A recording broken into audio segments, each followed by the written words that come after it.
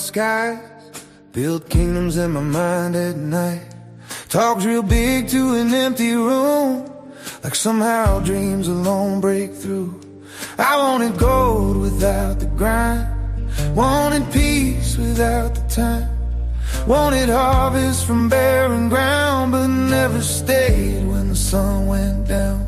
And life whispered soft one day, boy, there's a price for every way. 'Cause the wanting dreams are smoke in the wind. They burn bright but they never begin. Like castles made from restless air, gone the second reality's there. But real manifestation grows slow like seeds, buried deep where nobody sees. Through the rain, through the pain, through unseen needs. One's just fantasy, and one becomes destiny. Smoke or seed.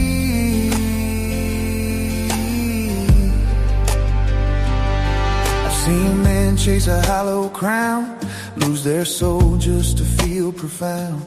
Talk about changing all mankind while their own home falls behind. And I've seen old hands split rough pine, quiet strength in their weathered eyes. No applause and no grand parade, just faithful work every single day. And somewhere between faith and scars is where we truly become who we are. 'Cause the wanting dreams are smoke in the wind. They burn bright but they never begin. Like shadows dancing on bedroom walls, beautiful but they never stand tall. But real manifestation grows slow like seeds, roots digging deep through adversity. Through the dark, through the way, through uncertainty. One fades helplessly, and one becomes reality. Smoke or seed.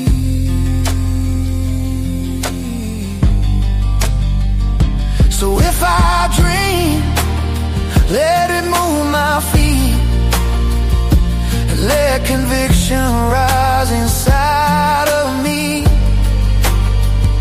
and not escape, not vanity, but truth becoming what I choose to be. And if heaven's listening tonight, don't give me comfort without the fight. Give me courage to endure the climb, and wisdom enough to recognize that a wanting dreams are smoke in the wind, a temporary place to pretend. But real manifestation lives in scars, in calloused hands and faithful hearts. It's waking up when hope feels weak, still planting fields you may never see. Believing light can still break free. That's the difference between fantasy and living what you're meant to be. Smoke or seed.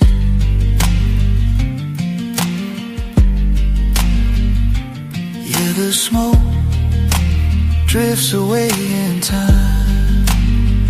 No time for rest, but the seed become the forest.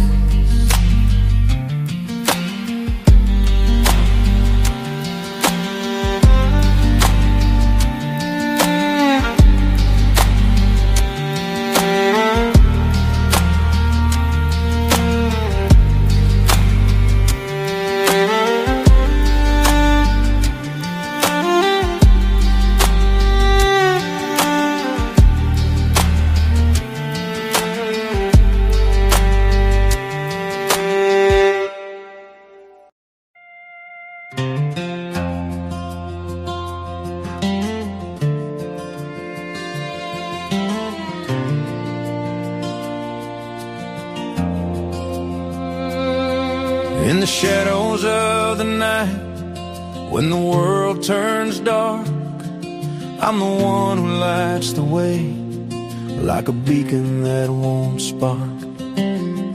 Through the storms of life, I hold you tight, believing in you until the very end of sight. In every tear, in every laugh, I'm there to catch you. Through the pain, through the joy, I'm right by your side without a doubt.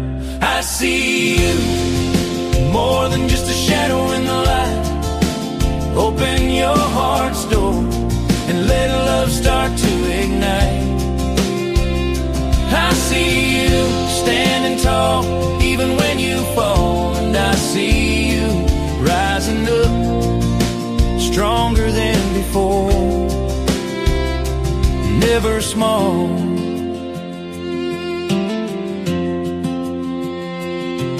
When the world tells you to give up and you feel lost, I'm the voice that whispers, keep pushing, don't be crossed. In the quiet moments, when your spirit feels so low, I'm the one who lifts you up, like a gentle healing glow. And the night feels endless and you can't see the dawn, I'll be your whisper, guiding you along. With every heartbeat, I'll remind you of your strength. Together we'll rise up, going any length. So take my hand, let the worries fade away. In this dance of life, we'll find our way through every shadow. Love will light the path. Side by side, we'll conquer all that life has. I see you, more than just a reflection in the mirror. Open your heart's door and let love start to grow. I see you standing strong, even when you fall. And I see you rising up, stronger than before, never small. I see you, more than just a dream in the night. Open your heart's door and let love start to ignite. I see you standing tall, even when you fall. And I see you rising up, stronger than before, never small.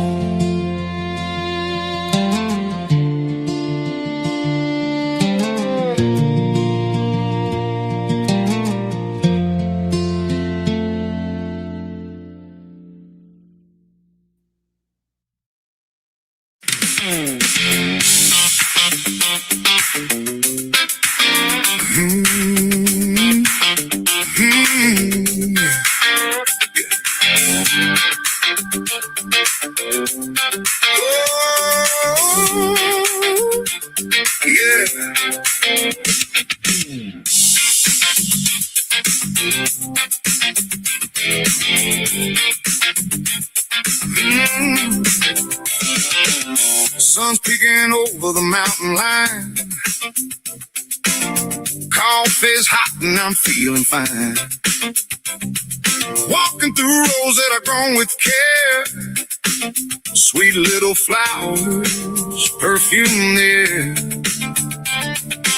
8 years tending this patch of green. Medicine's a way I've always seen. No hurry, no race, no nose at parade. Just another good day that Bubba made. Slow your roll, take a breath. Life ain't always gotta run at full speed. Bubba sets the tone today. Everything just melts away. Coffee, sunshine, cedar trees, mountain air and easy breeze. Smiling while I'm walking around. Got my feet up on the ground. If life gets loud, I simply say, Bubba sets the tone today. Bubba sets the tone today. Yeah. These ain't trophies sitting on a shelf, but this is medicine to help myself. Tiny crystals orange hairs. Nature put a little kindness there. One good flower can change the pace, put a smile right back on your face. It ain't about escaping where I've been, it's about feeling whole again. Turn the worries down, turn the music up, see the spell, fill your cup. Sometimes healing looks a whole lot like a peaceful afternoon. Bubba sets the tone today, chasing heavy thoughts away. Fields are green and skies are blue. Simple things will see you through. No big speech and no campaign, just a little sunshine after rain. From the porch you'll hear me say, Bubba sets the tone today. Bubba sets the tone today.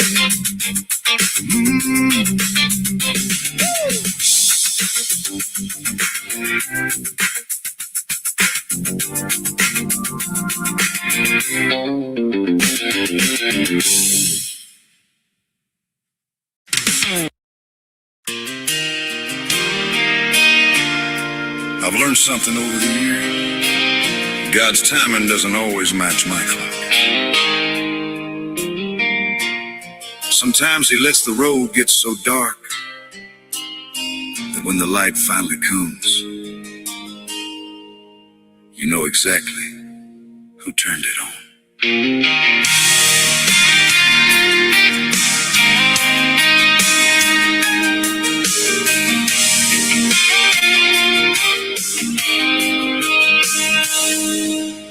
I watched another sunrise from a porch without a light, wondering how much farther I could make it through the night.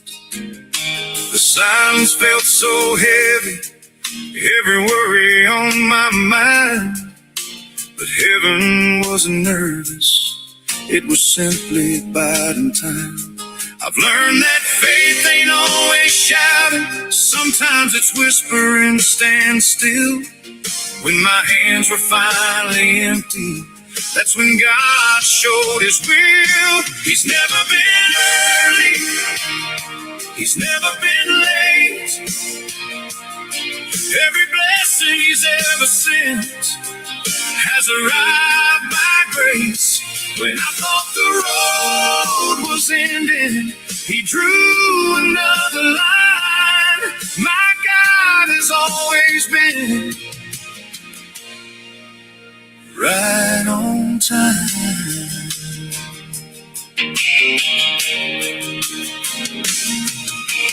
10 years on this mountain, I've seen miracles unfold. Some came wrapped in strangers, some in stories never told. Just when I believed the gate was closing for good, another door swung open exactly where it should. So if you're standing in the darkness, thinking heaven passed you by, keep your eyes upon the promise, not the storm that's in the sky. The answer may be traveling down a road you cannot see, because the God who knows tomorrow already knows your need. He's never been early, he's never been late. Even when I question every twist of fate, this morning there's a generator rolling down my drive. But that's not the miracle. The miracle is that he's kept this old farm and this old man alive.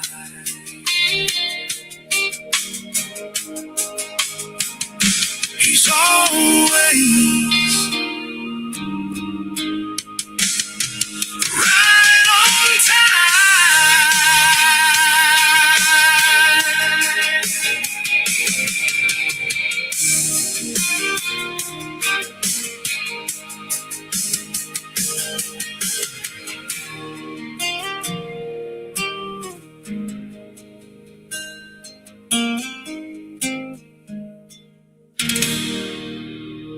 learn something.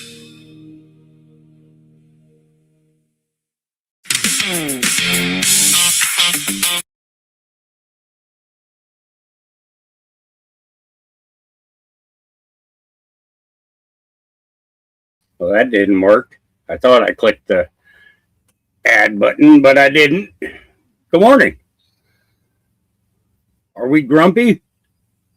Well, you need to get over that grumpiness because, you know, it's going to turn into a bad mood. So get rid of the grumpy real quick. Matter of fact, let's start off with a safety meeting because that's where it relieves the stress of the day. Yeah, I said it. But good morning to everybody. I hope everybody's having a good day today. The sun is shining temporarily here, but you see me in a overshirt because I don't know what's going on. We had quite a few days of uh, 90 to 103, 104 temperatures, and today it's only 60. So I'm like, they're messing with our air. They're messing with our weather. There's no doubt about that. But it's nice to see the normal occurrence of rain because the rain that came in this morning, we saw it coming in, and it wasn't from planes strafing and spraying stuff. So it was a good rain. Sun's out now, but I guess it's supposed to storm again this afternoon. So we'll try and get done with everything that we got to do today before then. I don't really have a huge amount of stuff lined up. I got enough probably for about an hour, hour and a half's worth of content, maybe 2 hours if we're lucky. But we'll probably see some other stuff pop up as we go along today. For those of you that are new to the channel, I just want to tell you this. 99.9% of the music that is played on here, I wrote myself. I share those songs because they are lessons. They're lessons that I've learned that other people need to learn, or they're songs of comfort in times that everybody's going through a rough time. Now, if you don't like my music, there's a mute button down there. You can always feel free to mute it. I don't tell anybody they have to, but I'd prefer if you did, because then you understand me a little bit more. You understand the path that I've had to walk in my life, and you understand where I'm at and what perspective I'm coming at you from. So, yeah, that's just the way it is. It's I used to I used to just take the copyrights for playing other people's stuff, but I find that when I put my own personal things in there, that I'm getting a pretty positive reaction from people, and a lot of times I end up releasing a song just when somebody needed it the most. I love writing. As a matter of fact, I'm gonna share something with you right now that I found is very profound yesterday. I was I took a few minutes while on my phone, and I jumped over into the chat over on Pal Talk, and I was talking with some friends over there, and I listened to this girl tell me a story about how her day went. And I want to share this with you guys because of the fact that it is really something that is missing in this world today. And the reason that I want to share it with you is because I think it's a very profound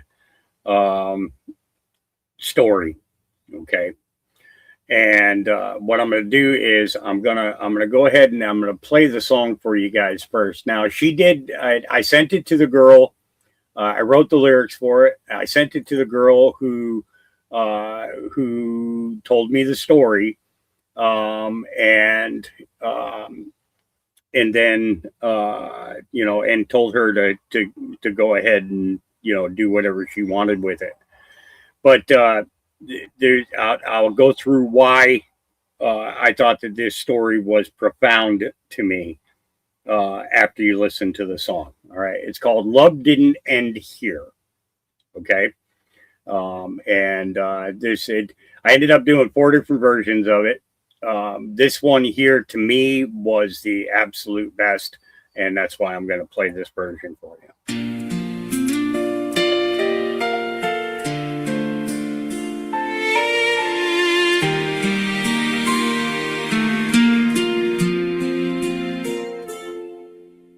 Every afternoon, about the same old time, she'd see him sitting underneath the pines.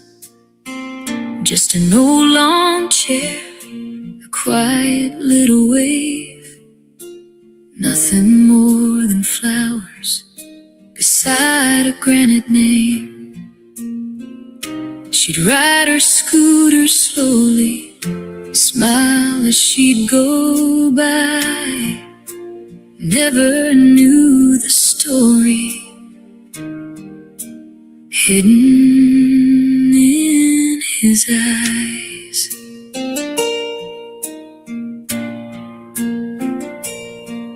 One day she stopped to wonder why he always came. He wasn't visiting a cemetery, he was keeping a promise made. Some folks call it grieving, he simply called it love. Talking to his sweetheart while looking up above. Love didn't end here, not beneath this stone. Some hearts stay married even after one's gone. When the world keeps changing, some promises remain.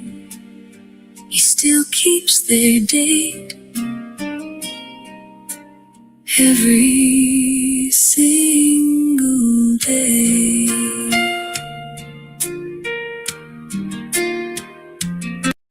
So this is where I'm going to pause it, because I want you guys to understand the context of this. So this is a 50-year-old woman who just got herself a scooter to get herself around, and make it easier. I mean, she goes on walks and things like that, but it's with a scooter, she can get to a place and then go walking, and enjoy a different scene. But she always goes through this cemetery, and she knows everybody so, faces so well that as she's going through there, they're all waving to her and smiling and everything else. And every day she would go by, and this one old guy was out there sitting in a chair, just kind of looking at a stone. And what ended up happening as she was telling me this story was I began to see what made her emotional. Okay, because what she said was she after he looked at her and smiled, she rode off and she rode around the corner and she cried her eyes out. And she didn't understand why. It wasn't plain to her. She was like, why is this affecting me so much? Well, I think it's because what happened, the emotion came, and all it takes is just a simple moment. Okay. She saw something that our culture doesn't show very often anymore. Not romance. Okay. She saw devotion. Romance begins a relationship. Devotion is what carries it through decades of ordinary days, hardships, aging, finally loss. All right. The old gentleman wasn't there because he couldn't let go. He was there because loving her had become a part of who he was. Even after death, that habit of love remained. So it's not about saying goodbye. It's about showing that real love doesn't stop loving simply because it can no longer hear the answer. I don't know if that makes sense to you guys or not, but I'm gonna let the song finish out. People spend forever searching for the one. Some never find tomorrow. He found it once and won. Gray hair in the sunlight, hands warmed by the years. She suddenly understood why her eyes filled up with tears. She wasn't watching sorrow, she was watching grace. The kind of faithful love time could never erase. Maybe heaven smiles every afternoon when an old man tells his wife, I'll be with you soon. Love didn't end here, it simply changed its place. One heart stayed behind to finish out the race. If you're wondering what forever looks like, it isn't found in movies. Sometimes it's an old lawn chair beside your wife's grave.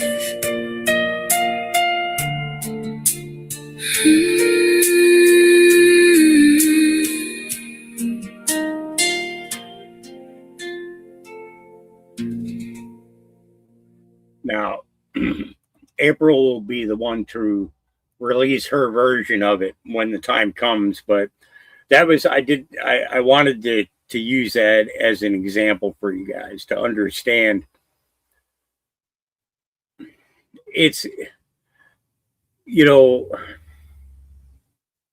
music has always been the clearest and purest form of communication for me. When I've gone through the toughest times in my life, it's been music that has pulled me back.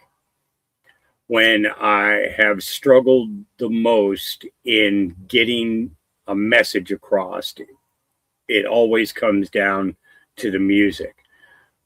It's easier for me to write a song than it is for me to compile words to share with you guys sometimes. You know, and speak it. Sometimes it's easier for a man to put the words down in a song than it is for them to speak the words to the one that they love.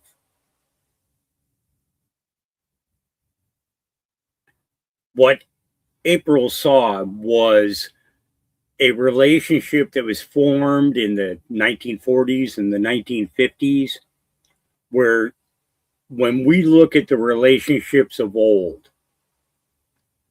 that they know what each other are thinking. They react according to what they know the other person would do.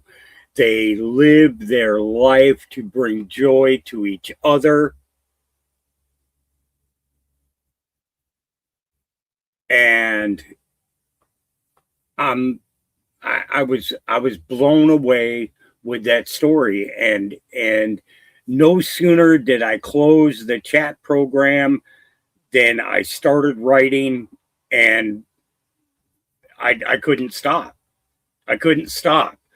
It's being able to take the stories from other people and be able to take those and turn them into a song, something delivering a message. And what that message is to me is that the old love, the old love that we catch little glimpses of in our lifetime. Okay, after you see either the wife or you see the husband, they'd been married for 50 or 60 years. Okay, they went through everything together. They went through the depression, they went through the wars, they went through the financial hardships, they built a family, they built a legacy, and then one day one of them is gone, and that other person has got this love that they have no idea where to put it. They have no idea what to do with it. And it's like yeah. Kathleen, there are words for that. I just haven't put it together yet. I'm considering it, but I haven't decided yet. That's going to be a big piece of me that I share. Timing will be everything where that one is concerned.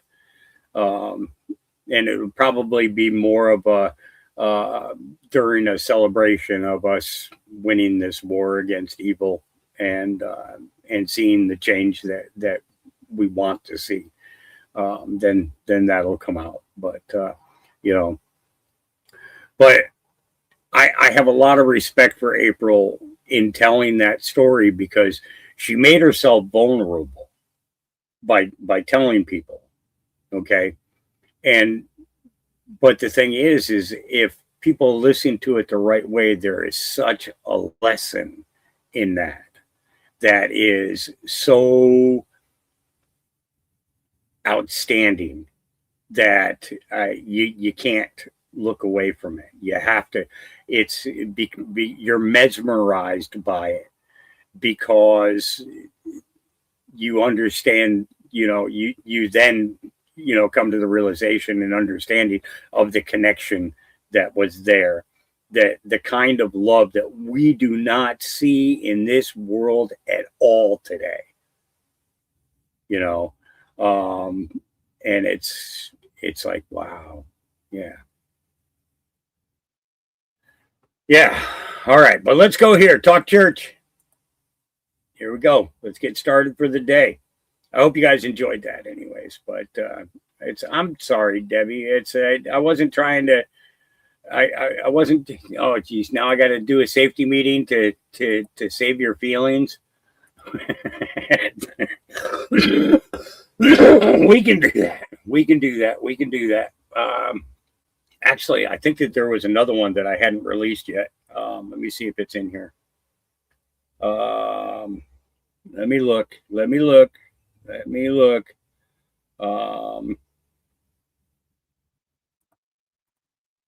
I did that. I did do that one. Yeah.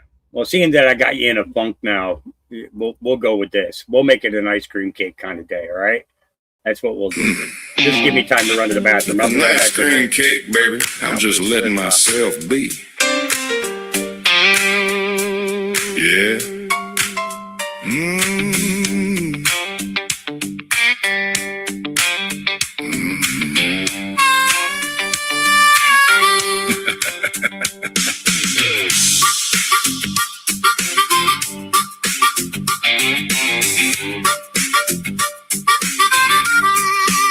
Well, the day's been heavy, I'm not gonna lie. Too many thoughts rolling through my mind. So I grabbed my pipe, took a look around, and told all my worries, y'all can settle down. I ain't running, I ain't hiding, I just need a little room. Sometimes peace shows up quietly and chases out the gloom. There ain't no emergency, ain't no race. Sometimes you just need a little bit of space. It's an ice cream cake kind of day. Let the heavy drift away. Take a breath, take it slow. Ain't nowhere I gotta go. The world's gonna spin with or without me. I'm just gonna sit right here and let myself be. People ask me, smoke, profit, what's the plan? I say, brother, I'm just one old man. Read a little scripture, watch the clouds roll by. Thank the Lord above for another sunrise. I ain't looking for all the answers. I ain't chasing what's out of reach. Sometimes the quiet says a whole lot more than words can never teach. It's an ice cream cake kind of day. Let the heavy drift away. Take a breath, take it slow. Ain't nowhere I gotta go. The world's gonna spin with or without me. I'm just gonna sit right here and let myself be.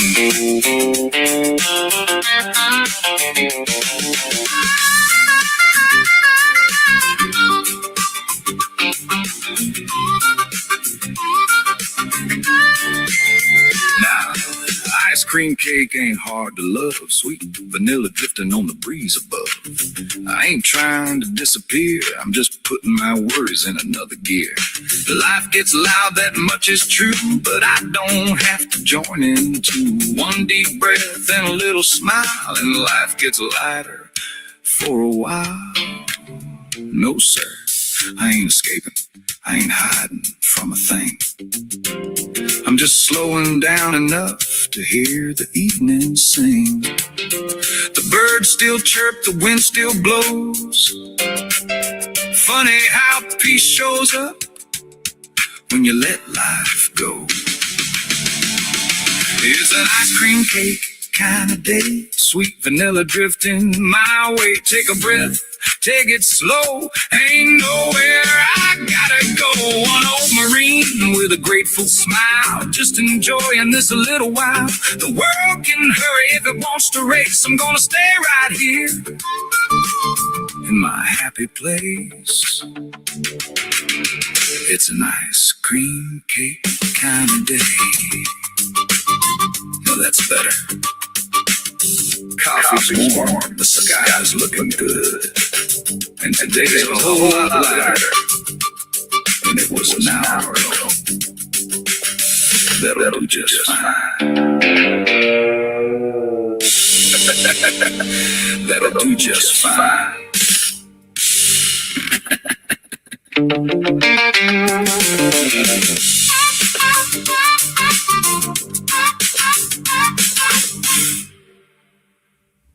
Yeah. An ice cream cake kind of day. I didn't mean to make you cry. I'm sorry. All right. Talk church. Here we go. Like the Lord was saying to me, Jackie, you know that your guardedness is there because you don't believe I'll fight for you.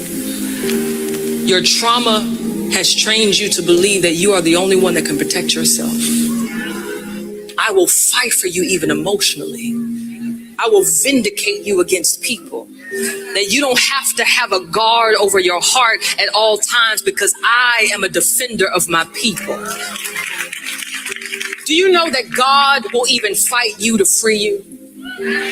Just like Jacob. Goliath has a sword and a spear and a javelin, but David has the Lord. Like the Lord was saying to me, Jackie, you know that your guardedness is there because you don't believe I'll fight for you. That one statement right there, because you don't believe that I'll fight for you. BS, he won't.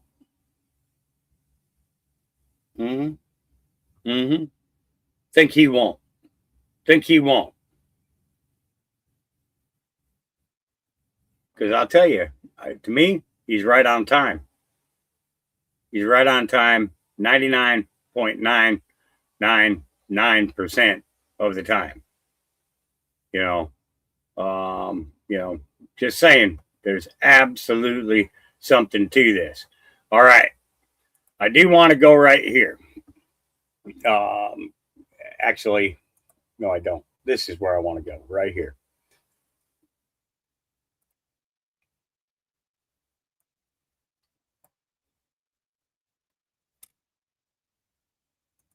Communism is so often described as an ideology or a belief that exists somewhere other than in the United States. Let me ask you, sir, just how serious a threat to our national security are these communist subversive activities in the United States today? Well, I think they're serious. I think it's a matter that we should continue to give great care and attention to. We should support the laws which the United States has passed in order to protect us from those who would destroy us from within. We should sustain the Department of Justice in its efforts and the FBI, and we should be continually alert. I think if the United States is maintaining a strong society here in the United States, I think that we can meet any internal threat. The major threat is external and will continue. For we are opposed around the world by a monolithic and ruthless conspiracy that relies primarily on covert means for expanding its sphere of influence, on infiltration instead of invasion, on subversion instead of elections, on intimidation instead of free choice, on guerrillas by night instead of armies by day. It is a system which has conscripted vast human and material resources into the building of a tightly knit, highly efficient machine that combines military, diplomatic, intelligence, economic, scientific, and political operations. Its preparations are concealed, not published. Its mistakes are buried, not headlined. Its dissenters are silenced, not praised. No expenditure is questioned, no rumor is printed, no secret is revealed. It conducts the Cold War, in short, with a wartime discipline no democracy would ever hope or wish to match. Nevertheless, every democracy recognizes the necessary restraints of national security. And the question remains whether those restraints need to be more strictly observed if we are to oppose this kind of attack as well as outright invasion. And what he said in 1961 during this speech proved out in 1963 and has continued until this day, to this very day that we are sitting in. We see the communist arm rising throughout the country, trying to gain some type of control. And that brings me to, where'd he go? Where did Bernie go? Or was it up higher? It might have been up higher. Dang nabbit. Wow, that disappeared fast. I wonder if somebody's maybe trying to stop people from learning about things. Let's jump over here and start off with Jesse Waters. Here we go. The Bolsheviks are coming. What is going on all over this country is progressives are on the march. And just before I left the office, I saw Fox Television in their headlines, "The end of the world is coming. Progressives are winning elections. Socialism is taking over the world." Real panic. Bernie watches Fox. What's up, Bernie? Come on the show. Finally, Sanders has an army, but Mondani's commies are a whole new breed, and the establishment can't see it coming. We talk a lot about the party being a big tent party, and we should be. We are a big tent party. That's who we are. One of the things that makes the Democratic Party great is it's a big tent party. We need to stay that way. These people are fools. The tent's not big enough for both of them. When the commies come in, they're not going to share it. They're there to take you out. The communists are like parasites. They're going to use the Democratic Party to get ballot access, get elected, caucus with them when it works, and then suck them dry until they die. The party did it to themselves. They screwed up so badly and didn't deliver a damn thing when they had power that they had to play footsie with the commies to shore up their base. And now they're completely out of power. They're weak, brands in the toilet, and they opened the door just a crack and danger walked right in. These people are cold-blooded revolutionaries who want to bury America. Bury it. Some Democrats get it. Lady, I ain't in the same party as you. I'm sorry. I just not. Everybody's always said, no, we're coalition, we're big tent. And there's just some that I can't be in the same tent with. These people do not like Democrats. Not only are they not Democrats, they wish Democrats poorly. But I'm done. I'm not in a political party. The Cajun Paul Revere. But the commie wave is creating a lot of cowards. Anonymous DC executives are calling it an earthquake, but they won't go public. Phones are ringing off the hook with people asking, quote, are we going to let them take over the party? Or are we going to stand up and fight back?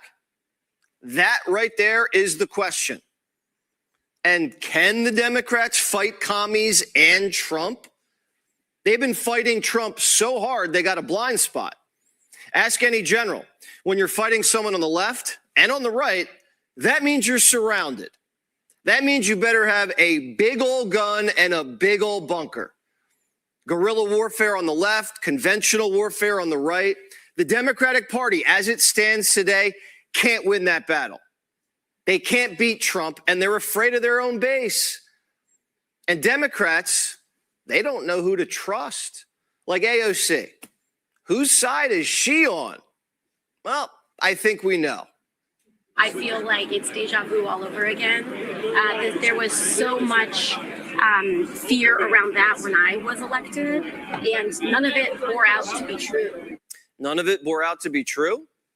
The squad defunded the police and gave us riots, crime, and DEI. And AOC's little friend Omar, her Somali buddies, cost us $18 billion. And this new crew is to the left of them.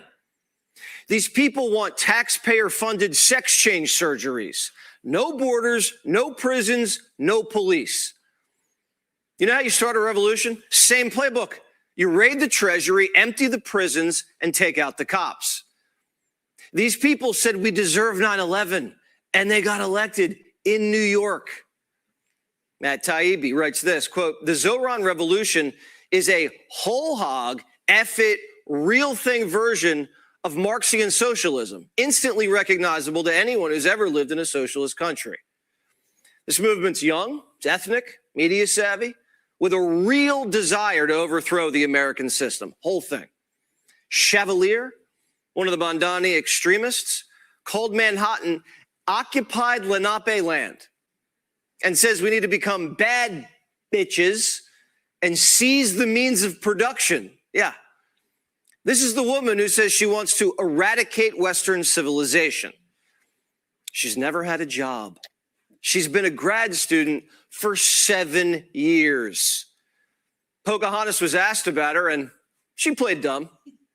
A world without borders and a world without prisons or police is possible if necessary, the only moral way forward. She said, abolish the border. All deportation is wrong. I mean, are those sentiments that you think Democratic candidates should hold? Look, I don't know her. I'm not familiar with what she's written.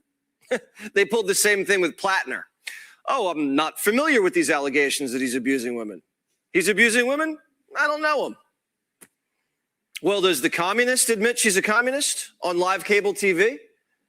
All sorts of Republicans ads to say, this is what you're going to get if you vote for the Democrats, a communist. For far too long, this reactive conversation of what we should be afraid of has prevented us from being able to have a politics of hope and a politics of life that Democrats can actually identify with.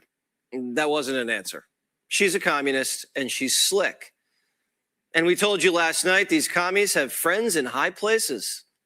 They're not afraid of the term democratic socialism. I'm not scared of the term. I think they're scared of the term in this country. But Social Security is a democratic socialism. Partly unemployment insurance is. The people who pick up your garbage, the people who take the... Wait. Did Joy just admit that the Democrats are the ones who shoved Social Security down your throat? Democrats can actually identify. Let's take a listen again. That wasn't if I'm hearing things. She's a communist and she's slick. You tell me if I'm hearing things. We told you last night, these commies have friends in high places. They're not afraid of the term democratic socialism. I'm not scared of the term. I think they're scared of the term in this country. But Social Security is a democratic socialism. Oh, really? then maybe it's a program that needs to go away and you need to give us all our fucking money back. Thank you, Joy, for telling everybody that it is a Democrat socialist program. I want my fucking money back.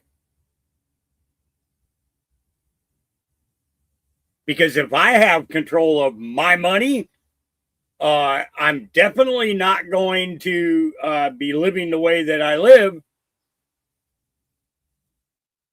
when I get to be 65. I'll be living a much better life. I'd be investing and earning, money on top of that, Exactly, Kathy. Exactly. She said with interest. Yeah, I want all the interest money that's been accumulated off of this, that these people, had, wolf in sheep's clothing. Here we go. Let's keep going. Partly unemployment insurance is. The people who pick up your garbage, the people who take the fire out at your house. All of these things are democratic socialism. Having a fire department isn't communism. See, what she's doing is she's trying to soft pedal it. But eventually they'll come for Joy. You let them have their way, they're going to take all Joy's money. But the person with the most to lose, Schumer. Politico says Schumer's office facing a 5-alarm fire. He's feeling that Latin heat. I would say to Chuck Schumer, dude, you're in danger because this, I think, puts a lot of wind in the sails of Alexandria Ocasio-Cortez. Cortez, the conquistador, is sailing straight at Schumer's seat. Are you more inclined to possibly run for Senate after seeing the results of the 3 races in New York? I think, I'm sorry, I'm not going to be breaking any news here. I'm definitely inspired and encouraged by all the new faces that we're going to be sending to the state assembly and to Congress. Hip's days are numbered. Mondani's going to tap a commie to give Hakeem a red card. Are you concerned at all about a primary challenge in 2 years from, Mamdani endorsed candidate? When you ask me a serious question, I'll give you a serious answer. Hakeem's running around D.C. and everyone's telling him he's next. CNBC, they said grow a pair before it's too late. They were saying you're next about Hakeem Jeffries. You're next. You're next. You're next. You can't think this is a positive development in New York politics, can you? And they'll just, Dems will be Dems or something like that. I don't see how you can say that. You need to reject those things, I think. First of all, I've clearly rejected those things. That's number one. Hakeem and Schumer just watched a band of Marxists run up in their backyard and plant a flag. Pelosi never would have let it get this far. She's from San Francisco. She knows how to keep the kooks in line. These two dudes are getting walked all over. The View just declared a winner. I think that New York is the nation's cultural and political capital, and that's just a fact. And I think the Democratic Socialists of America is a force to be reckoned with at this point. Civil war is going to be ugly. Democrats, TV hosts, Hollywood, they're all going to have to take sides. What's Obama going to say? Nothing. What about Kamala, Clinton, Biden? One of these commies called Joe Biden a rapist and a war criminal. She called Obama evil. These people are here to purge the heavyweights out of the party, straight up.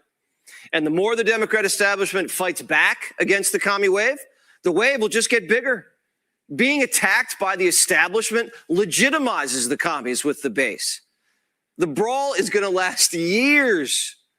Morning Joe, the must-see Beltway show that keeps the Democratic coalition together, is in mourning. You have a real wave happening. Joe, I think the Democratic Party, and you've got now 2 Democratic Socialists, is taking on an overall persona. This is where the energy is in the party. You and I can agree to disagree on this. I believe the Democratic Party overall is going too hard left. I believe there is anti-Semitism in there. We'll save that for another day. But I believe this is a branding issue for the Democrats that they are going to have to answer for. Branding? Well, if you let communists into your party, then you're okay with communism. What kind of American political party hears someone say, oh, well, we're here to destroy Western civilization, and says, come on in, Big Tent. That's like, you're the babysitter?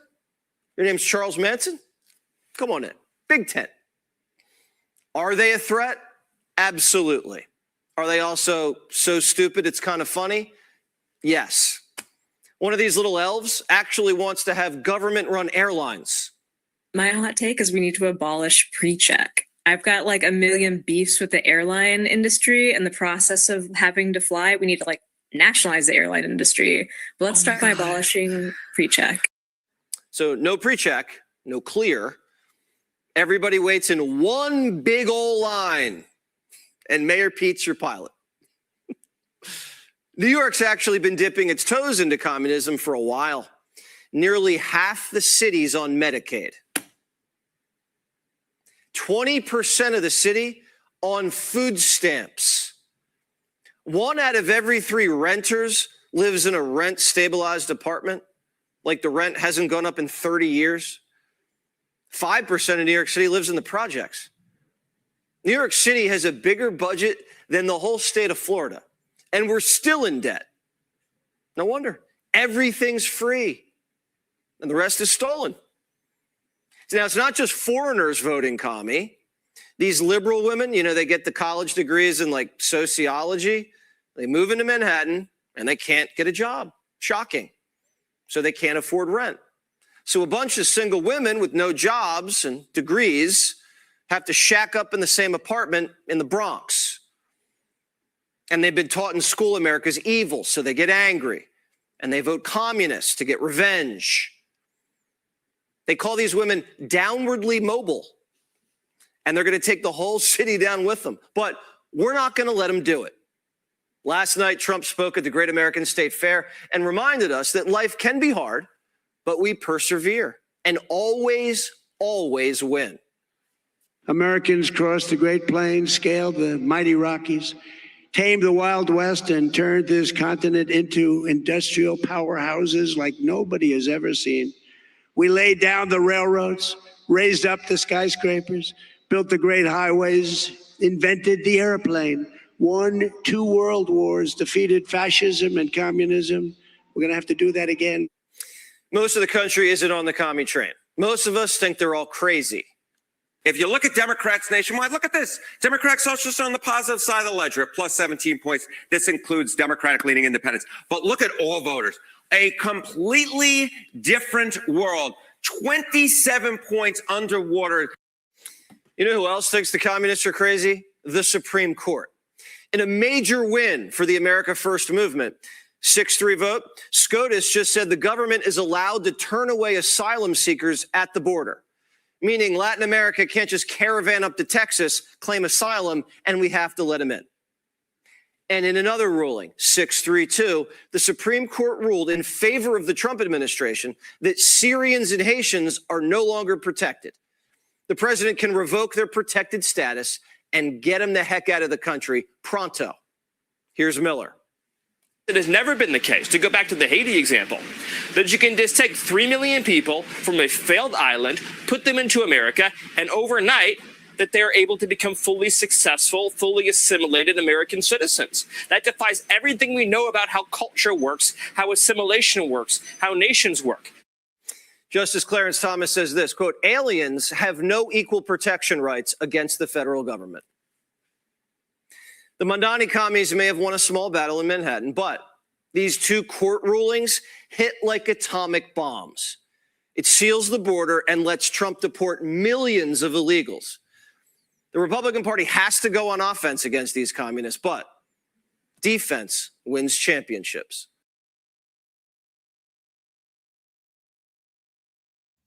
Yeah, interesting, huh?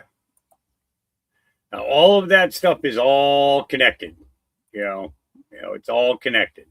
All right, I want to jump over to my feed here. Islamic Republic of Iran shot at least 4 one-way attack drones at ships traversing the Strait of Hormuz. One of the drones solidly hit the upper deck of a large and very expensive cargo-carrying ship. Damage was done, but the ship was able to proceed on its way. We knocked down 3 other drones. Obviously, this is a foolish violation of our ceasefire agreement, President Donald J. Trump. Yeah. And then this is going on in South Dakota.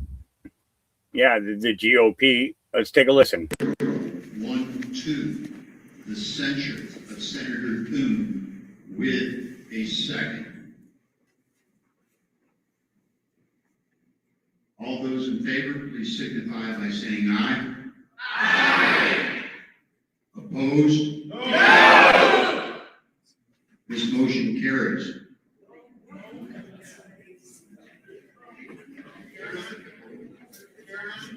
Okay, I will give you a roll call vote if you don't believe me.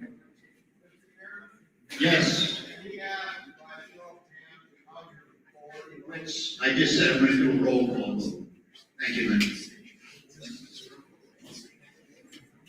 All those in favor of recommending resolution number 012, the censure of Senator Thune, please raise your hand. Will the secretary report 6? There you go. So now the resolution committee for the South Dakota GOP just voted in favor of censuring John Thune. This is John Thune's home state. He's in big trouble in 2028 if he doesn't get the freaking Save America Act passed. Keep up the pressure. Okay, and there's a reason why I'm showing you this one, because down here, I want to show you how Scott Pressler was actually treated when he went to South Dakota to appear. It's official. The South Dakota GOP Sergeant at Arms has been fired after denying Scott Pressler access to an event with leader John Thune. The party chairman has now apologized to Pressler. He says, I personally want to apologize for how things were handled tonight at the South Dakota GOP convention. Matt Bruner has been relieved of his duties as one of our Sergeant at Arms by the lead Sergeant at Arms. The GOP should know now, or should know by now, that peaceful fuck around find out is always waiting. Okay, and this is what happened, and this is the thing. This guy is pretty stupid. Okay, this Byrne guy never should have got on camera, never should have opened his mouth, because this is what he said. And this is straight from his own mouth. Mr. President Donald J. Trump. I'm big on Facebook too, and I'm the asshole saying you can't come in because guess what? You're posting this little piss and moan session on Facebook. So you just get the hell out of here. Thank you. You see how the grassroots are welcomed in Senate Majority Leader Thune's territory. Interesting, my friends. I don't think this is a good reflection of the South Dakota GOP, but I thank him for his honesty. Though, what's your Matthew Bruner, Sergeant at Arms? Yeah. So yeah. So this was a fuck around, find out moment, because he was fired from his position of Sergeant at Arms with good cause, with really good cause. And the censure on John Thune makes it even better, because John Thune is the one who told him not to allow Scott Pressler in there. Now, if they had maybe said Alex Stein or somebody like that who's going to make a joke out of them, that would be a different story. I can understand that where that could be a major disruption to getting your message and your platform across. But Scott Pressler, not so much. This is a kid who is following the political world and saying, listen, these are the things that we, the American people, want, and we want you to follow through with that. John Thune, decided that he was going to send everybody home on a 19-day fucking paid vacation, okay, instead of, instead of voting on the Save America Act. I mean, it really is that simple. Well, I mean, I've heard a lot of, I've heard a lot of different opinions about Scott Pressler and everything else, but I don't always dig into people's backgrounds and things like that, because that's not always anybody's business. How would you feel if somebody dug into yours because you made one statement? Well, the fact of the matter is, when it comes to talking about our political system and the American people, we the people's, right to vote, because it's in our Constitution, okay, and the denial of those who are not legal here, it's pretty fucking simple. So Tommy Robinson says, in 7 minutes and 48 seconds, Piers Morgan mentioned my name 5 times during an interview where, again, he was bitch slapped. This time by my friend, God Syed. Endorsed your book. He said, Western civilization is Let's doomed take a listen. unless the core weakness of suicidal empathy is recognized and actions are taken that are hard but necessary for survival. Gad Saad articulates this well. All Gad's book, including this one, are great. All your books, including this one, are great. So a big fan of Elon Musk. Many people at the same time have viewed Elon's feed on his own X platform in the last couple of years as being an almost permanent rally cry against migration, and in particular, promoting people like Tommy Robinson, who I know you know and have talked to, the people that many people think are genuinely Islamophobic, who hate Muslims and Islam and are directing all their fury at the 2 billion or so Muslims on the planet, which is, of course, 1 in 4 of the entire global population. What do you say to that? Look, I'm an immigrant. Elon is an immigrant. The fact that we are both immigrants doesn't mean that we are equally likely to assimilate within the Western ethos, irrespective of where we come from, right? Fido the cat, the house cat, is a feline. The wild lion is a feline. They're both called feline. That doesn't mean that I will equally cuddle with both of them, despite the fact that they hold the same title of being a feline. So people from Islamic countries come in all varieties. Some are perfectly lovely and peaceful, others not so much so. But as we've discussed, you and I previously, Piers, Islam contains a set of codified ideas that are either congruent or incongruent with the West. And so in answering that question, we may want to decide how many Muslims to allow into the West. Which is perfectly reasonable to have controlled immigration policies. I think one of the problems you've seen in the UK, for example, and indeed throughout Europe, has been a failure by governments, Western governments, to control immigration. And that has been pretty disastrous, actually. So I don't, for a moment, dispute that. It's just my issue with people like Tommy Robinson, for example, is that his concern is singular to Muslims. It's all he talks about. I mean, you talk about a lot of Muslims are perfectly good, law-abiding, peaceful people, which is obviously true. But you could take the same argument with white Christians, right? UK is a majority white country. Therefore, the majority of crime is committed by white people. But if you read Tommy Robinson's X feed, he never mentions any crime by white people. It's like it doesn't exist. It's like this is a singular issue, that this kind of stuff only happens with Muslims. And that gets amplified by Elon to hundreds of millions of people. And that, I think, is problematic. Look, In evolutionary psychology, there's a principle called assortative mating, which basically argues that if you wish to have a long, successful, happy marriage, you should marry someone with whom you share some of the most foundational values that define your life. So, for example, if I were an acerbic atheist and I marry someone who's very religious, I am putting the statistical odds against me of having a happy marriage. Love does not conquer all.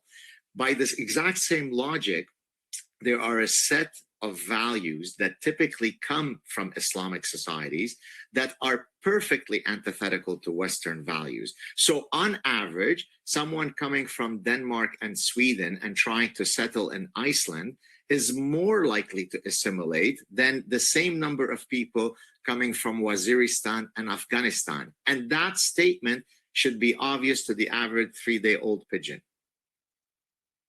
But what do we do with people who are not Muslim but commit similar crimes? We punish them like we would anybody else, right? There are Jewish pedophiles that should be punished. No one is contesting that. I'm Jewish. I think they should deserve the exact same punishment as anybody else.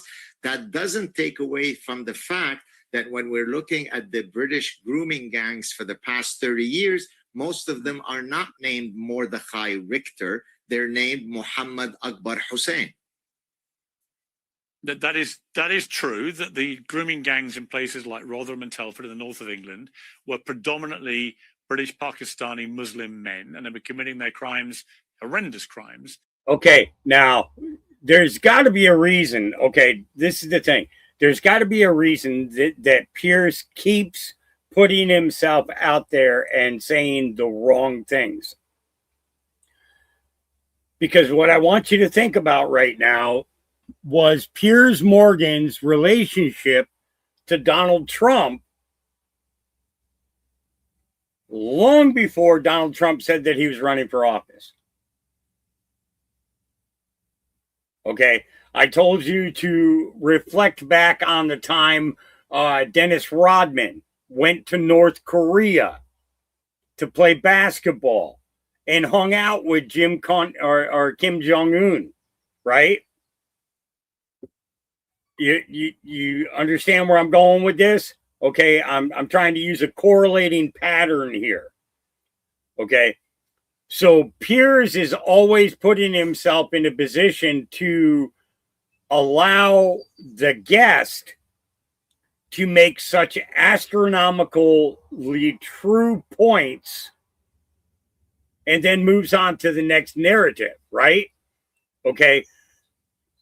And a lot of it appears coming from Piers to be kind of anti-Trump. But in all actuality, what he's doing is he's giving the platform for the people to be warned about what's going on and what steps should be taken. And we're seeing the reaction from the people who are watching these particular types of newscasts that are getting the ideas about what they can do to change things and to actually begin winning instead of being stepped on time and time and time and time and time again. You know, no, I think that a lot of this was arranged. I really think that this whole thing with Donald Trump and The Apprentice leads to so many things. Okay, because so let's put this out there. Who was another one of Trump's favorites? Joan Rivers. And after appearing on The Apprentice, what happens? She comes out and says that Michelle is Michael, that Michelle is a tranny, and that Obama is gay, and that he's our first gay president. Okay? And then Joan goes off into the sunset. Right?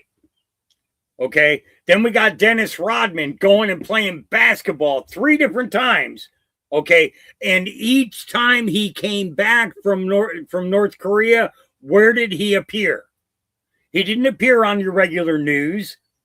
He didn't appear on local podcasts and things like that. Where did he appear? He appeared on The Apprentice.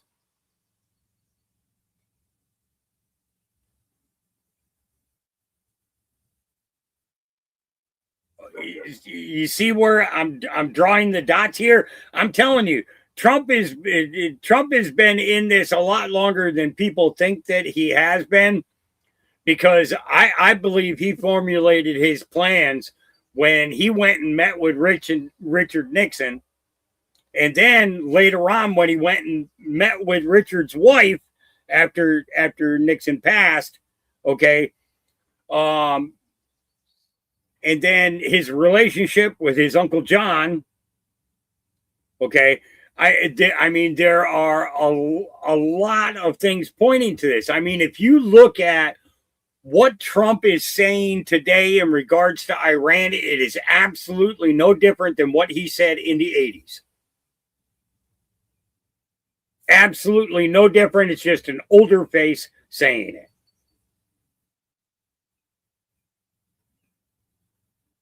Okay. Yeah, and I think that I think that there is something to this. Something to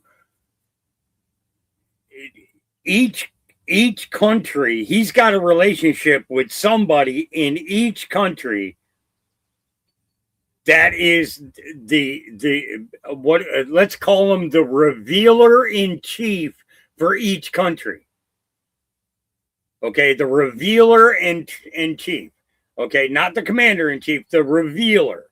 Okay, it is the person who is going to be the one to come out to the public in regards to particular situations, circumstances, and all that.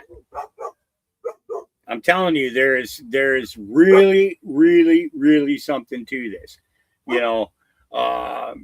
But I mean, just in the few minutes that we listened to almost 5 minutes of it. And I never really cared for Pierce, even when he was on America's Got Talent. I never really cared for him. He just seemed like a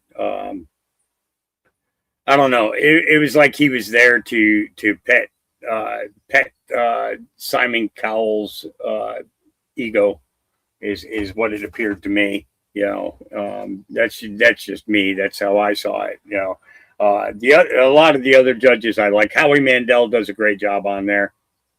Simon, you know, because of his production capabilities, things like that, finding acts and then making them famous afterwards is one thing. But then it brings to mind Clive Davis, you know, guys like, you know, and it's basically, it almost seems like Simon is the Clive Davis of Britain right now.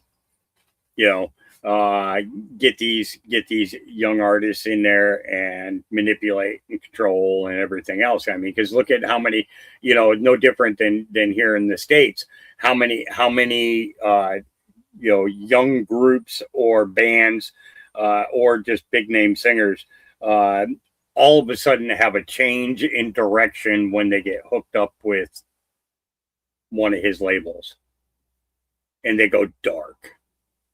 No different than what we saw happen with like Miley Cyrus, and many others. They start off with the innocence, and then, you know, within a couple of albums, things are getting dark and gloomy and mystifying. It's almost like there's been a magic cast on their music, and that's exactly what happens. They cast spells on studio productions. Telling you, there's a lot to it that I can't even I really can't even go through all of it, you know. So John Pritchard says, or John Rich says, I stand with Pastor Spell. Colin Rugg put this up. Louisiana pastor beats up a man who allegedly threatened to rape and kill his wife and grandchildren. Pastor Tony Spell of the Life Tabernacle Church says he was working on a church bus when the neighbor's son started shouting at him. Spell said that it is his job as the natural protector to protect his church and family. He said, Tony, I'm going to rape your wife. I'm going to rape all of your grandchildren. And he said, the next time you go out of town, I'm going to kill them. And what the fuck are you going to do about it? Spell said, the neighbors, the Sherwin family claim Spell is not telling the truth. But during a press conference, Spell was backed by members of the church who say that they've made multiple complaints about the Sherwin family to police. Spell's attorney says the Sherwin family has a large industrial scale camera that could see from across the street all the way into the pulpit. Spell was hit with multiple misdemeanor summonses in 2020 during the COVID lockdowns when he refused to close his church. The Central City Police are friends with these folks across the street. When Pastor Spell was being surveilled 24/7, it was with the help of the man across the street, Spell's attorney said. The pastor was reportedly arrested and booked for a second-degree battery. But this is what happened, you know.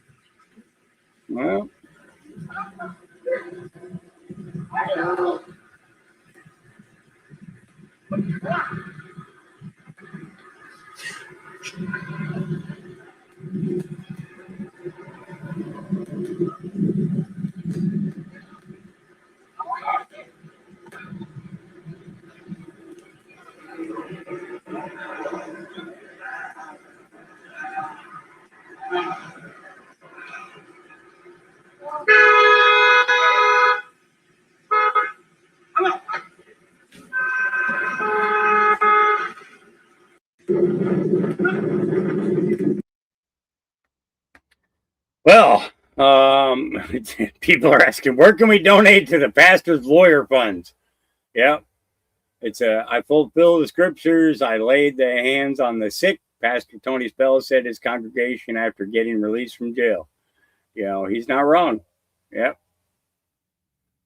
It's, yeah. It's, but he threw the first punch. He had a stop hand and he had a fist and he threw that first punch. And that was it. That was it. So, he says, I fulfilled the scripture. I laid hands on the sick. Oh, yeah. So there's going to be a bunch of stuff being put up about stuff like this, and it's getting ready to come. So we already covered that one. Now let's go here. John Bolton held a number of positions of extraordinary public trust in the United States government, culminating in being the national security advisor to the President of the United States. John Bolton betrayed that trust in extraordinary fashion by unlawfully retaining and unlawfully disclosing the information with which he was entrusted. Now, Kelly provided a very good summary of that today for those of you that weren't in the change of plea, and the United States will have more to say about that at sentencing. But today's plea should be a warning to anyone at any level of government that if you leak America's secrets or if you mishandle them, the United States Department of Justice, National Security Division, and our U.S. attorney partners will be there to prosecute you. John Bolton. Yeah. So this is going on. Let me get down to the other one because there's a second one to this as well, and I want to make sure that I don't miss it. So give me a second to get to it. Where are you? Where are you? Here we go. And methods, and it discussed Here we go. This morning, just moments ago, John Robert Bolton II pled guilty in federal court to the unlawful retention of national defense information. According to the terms of the plea agreement, Mr. Bolton faces a maximum sentence of up to 5 years in prison followed by a term of up to 3 years of supervised release. He will also pay a fine of $2.25 million and will forfeit his pension under the HIS Act. As National Security Advisor to the President of the United States, Mr. Bolton had access to and was responsible for safeguarding the most sensitive national defense information, including classified material. Mr. Bolton knew how to handle classified information, where it should be stored, how it should be stored, and with whom he could share that information. He also knew the damage to national security that could be caused by mishandling that sensitive information. Nevertheless, as Mr. Bolton just admitted, he put our national security at grave risk in violation of the law. Our system of classified information is designed to protect sensitive information that would jeopardize national security if mishandled. And the national defense information at issue in this case was classified at the highest classification levels. The document in count 12, for example, revealed intelligence about an adversary's plans for an attack conducted against U.S. forces in another country. It contained human intelligence using sensitive sources and methods, and it discussed a covert action program. As Mr. Bolton admitted, he shared more than 1,000 pages of information about his day-to-day activities as the National Security Advisor, including information related to the national defense, with two individuals who neither had the security clearances nor the need to know that information. Yep. So Bolton's in trouble. He really is. He is in trouble. And here he goes. Any given moment. But I don't think he cared about the classification system. I don't think he appreciated the sensitivity of this information, and he didn't appreciate the sensitivity of how it was often acquired, the so-called sources and methods. So this had been briefed to him before I arrived. It was repeated frequently. I think it simply had no impact on him whatever. There's a couple of different ways that people think about this, and people who are not friendly to the president, who think about what's happened here. And one of them is, Donald Trump, master thief, criminal, running some kind of elaborate conspiracy to bring things out of the White House and keep them secret for potentially for political or financial gain. There are other people who his attitude is Trump is chaotic. He's careless. He's not that smart. He took these things almost by mistake, and now he's basically stamping his feet and saying they're mine. I don't want to give them up. Give me a sense of. So what this boils down to is, after the raid on Mar-a-Lago, John Bolton went to running to MSNBC's cameras to opine on how Trump didn't take the classification process seriously. This morning, John Bolton pled guilty to mishandling classified information. Everything they accuse others of, they are guilty of themselves. And it really is that simple. It really is. So let me get down here and then let's see. I want to get down to, where are you, Promethean? I know you're here. There it is. That's where I wanted to go. Here we go. In his inaugural press conference as Federal Reserve Chairman, Kevin Warsh said something shocking. I don't believe that we have a cruel choice. I don't share the view that was expressed a few generations ago that Federal Reserve chairmen show up at a podium like this and say, you got to choose. You're going to have to decide whether you're willing to tolerate higher inflation to put more people at work. I don't believe in that. What I believe is if we do our job, we can make strong growth, low prices, and strong employment mutually compatible. Did you catch that? The new chairman of the Federal Reserve does not believe in cruel choices. This is not the normal language of a central banker. When Warsh rejected the cruel choice, he was rejecting the Phillips curve. For 60 years, every economist agreed on this iron rule. To stop inflation, you have to throw Americans out of work or suppress their wages. Last week, Kevin Warsh said that rule is a lie, and almost everybody missed it.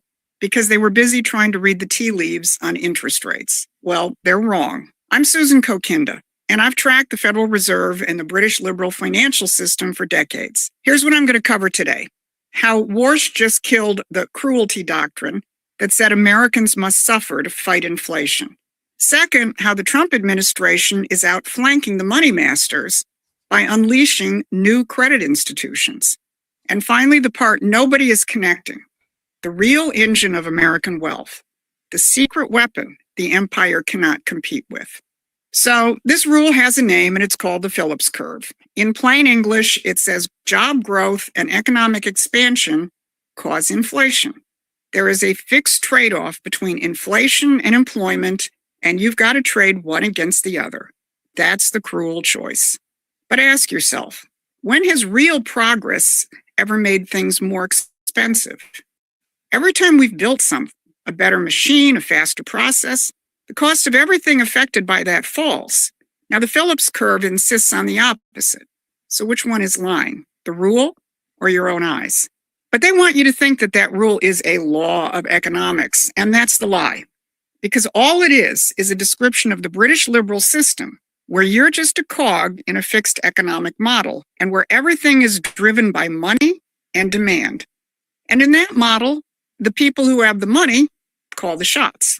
Now, Warsh used his concluding remarks at that inaugural press conference to hammer the final nail in the Phillips curve coffin. If I heard one other thing around that subject over the course of the last couple of days, what I heard was that strong productivity-led growth is not something that we fear, but something we embrace. He's echoing something President Trump has said many times. Real economic growth is good.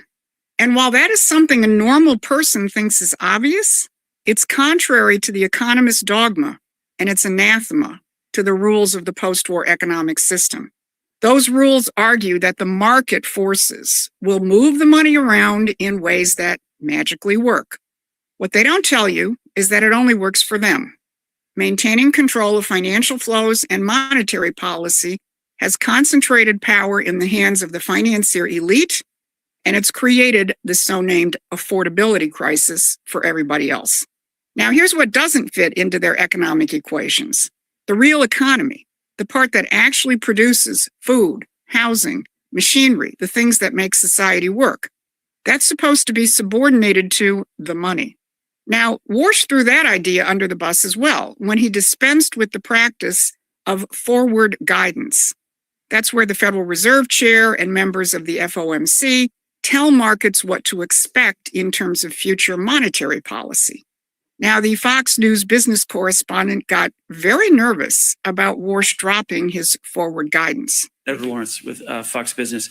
So if you don't give a lot of ongoing forward guidance, won't the markets have more volatility? I think financial markets perform best when they react to incoming data. I think the financial markets work less efficiently when they ask a question, how will the Federal Reserve react to that incoming information? The more that markets are paying attention to what's happening in the real economy, deciding what's good data and what's less good data, the more financial markets can price what they believe is the most likely and what are the tail risks. So the Federal Reserve Chairman just told the markets to listen to the real economy, not to a prophecy delivered by a monetary oracle of Delphi. If you're beginning to get the idea that an entire economic model is under attack, then you need to subscribe to Promethean Action's free newsletter. Not only will we track this deconstruction, but we'll show you what's being constructed in its place. The link is in the description. But tearing down the lie is the easy half. The question that should be keeping the City of London up at night is what the Americans are putting in its place. And this week, while every camera was pointed at the Mideast, they answered it. On Monday, the National Security Council, the body that advises the president on war and foreign policy, sat down with the heads of the Export-Import Bank, the Commerce Department, and the Small Business Administration. And the subject wasn't Iran. It was reindustrialization. Coming out of that meeting, the Exim Bank announced that loan guarantees of up to 90% on equipment loans and operating leases for small businesses for machine tools and manufacturing machines will be provided. The purpose? They said, now Ex-Im's expanded Make More in America initiative will reestablish the domestic supply and secure U.S. leadership across all industrial manufacturing subsectors, from castings and forgings to high-end automation. And the Ex-Im Bank is not standing alone in this. Back in February, the Ex-Im Bank chairman, John Jovanovich, told a CFR audience that there is an entire connective tissue in the Trump administration committed to this. Ex-Im is working with the Development Finance Corporation, the War Department's Office of Strategic Capital, and the National Energy Dominance Council. So across this connective tissue, we have government institutions pumping hundreds of billions of dollars into the real economy. And why do we have government institutions doing it? Well, this gets back to the difference between money running your economy and physical reality running your economy. The Ex-Im Bank head Jovanovich made clear what happens when you just let money run it. He pointed out the reason why companies don't make critical investments. And it's not because they're not patriotic. It's not because they're not smart people. It's not because they're bad people. It's simply because their stakeholders, whether it's their shareholders, whether it's whoever, they don't reward this sort of behavior because it's balance sheet inefficient. Balance sheet inefficient. In other words, you're not satisfying the demands of short-term monetary profits. And that's the model that has gutted our economic security and your standard of living. Then Jovanovich brought it home. I think we've lived in a world for 20 plus years, right now, give or take, that we've presumed we live in a cloud-based world, right? And this, I believe, is truly a revenge of like the real brick and mortar world. Are you picking up a thread here? The revenge of the real brick and mortar world. Another way of saying, listen to the real economy. So when you start putting this all together, you're going to see an economic revolution emerging. You're seeing the return of physical economics and the national credit policies that ensure real growth and innovation. And we're talking about the American system, the economic policy that the City of London has spent the last 125 years wiping out of America's memory. So let's go back to that Phillips curve, the argument that growth causes inflation. Well, as Warsh said, monetary growth can cause inflation, and that's all the British system knows. But in the American system, productivity-led physical growth, the kind being financed by Ex-Im and by the DOE, that is deflationary. And both Warsh and Jovanovich expressed it in different ways. But behind both of their policies lies something even more fundamental. And even more than the name of the American system, it's what the empire wants to suppress more than anything. So Warsh talked about embracing productivity-led growth. What does that look like? Well, this week, President Trump signed 2 executive orders on quantum computing. And during the Oval Office press conference, Energy Secretary Chris Wright pointed to the secret by talking about 2 people, one very close to the president. 121 years ago, Albert Einstein published a paper. Nobody cares. Good point. And usually they won't catch you. Published a paper on the photoelectric effect, recognizing the quantum behavior of light, that it came in quanta. 40 years after that, President Trump's uncle, John Trump, was a pioneer in applying light radiation and the reflections of it to develop radar at the MIT Radiation Lab, critical in D-Day, critical in the end in winning World War II. Now, every news outlet ran the president's joke about Einstein's paper, but nobody reported the actual argument. One man, Einstein, has one creative idea about the nature of light, and it changes everything. 40 years later, another mind, John Trump, turns that idea into radar, and radar helps us win a world war. That's the engine, not the money supply, not forward guidance. A human mind discovers something true, and the cost of doing everything downstream collapses. That's how you have wage and economic growth without inflation. Because the human mind, by discovering a valid new principle, as Einstein and John Trump did, increases man's power over nature. And that's what Alexander Hamilton meant when he said the wealth of a nation is the productive powers of labor. The administration knows that, and it was reflected in a comment by the president himself in the Oval Office, comparing a few of his own cabinet members to a rather unfortunate Democrat. What a difference. What a difference. What a difference a brain makes. That's the missing piece. Human creativity is the secret to economics. That's what makes the pie grow and prices fall at the same time. That unique quality of human beings. So now you can see how the pieces fit together. Warsh gets rid of the Phillips curve choke chain, directed credit begins to build the machines, and the human mind is the thing the whole structure exists to set free. The British system can't price creativity, and it's spent about 200 years telling you it doesn't exist. Because the moment a nation believes its own mind is the source of its wealth, the chains come off for good. So here's where we stand. Warsh rejected the cruel choice and fired the oracle.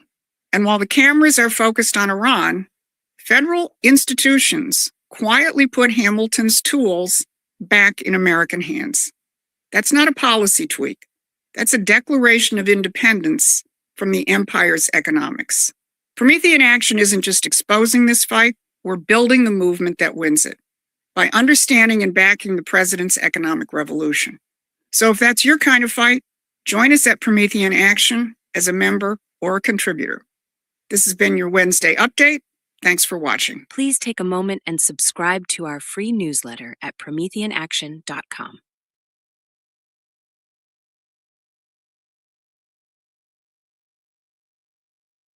I'm really struggling to see how this judge's opinion doesn't make doesn't make my case. If someone is in court challenging an arrest warrant or detention order or deportation order, whatever it is, shouldn't they be held in custody while the court makes that decision? That's how it works for Americans. I'm pretty sure this is how everybody has to go through. Let's just say I committed a detainable offense. I shot someone, what happens every day in Chicago. They put out an arrest warrant for me and I report to court for my hearing. I would therefore be arrested if I hadn't already been arrested and held until I made bail. Bail, by the way, something illegals are not eligible for with deportation orders.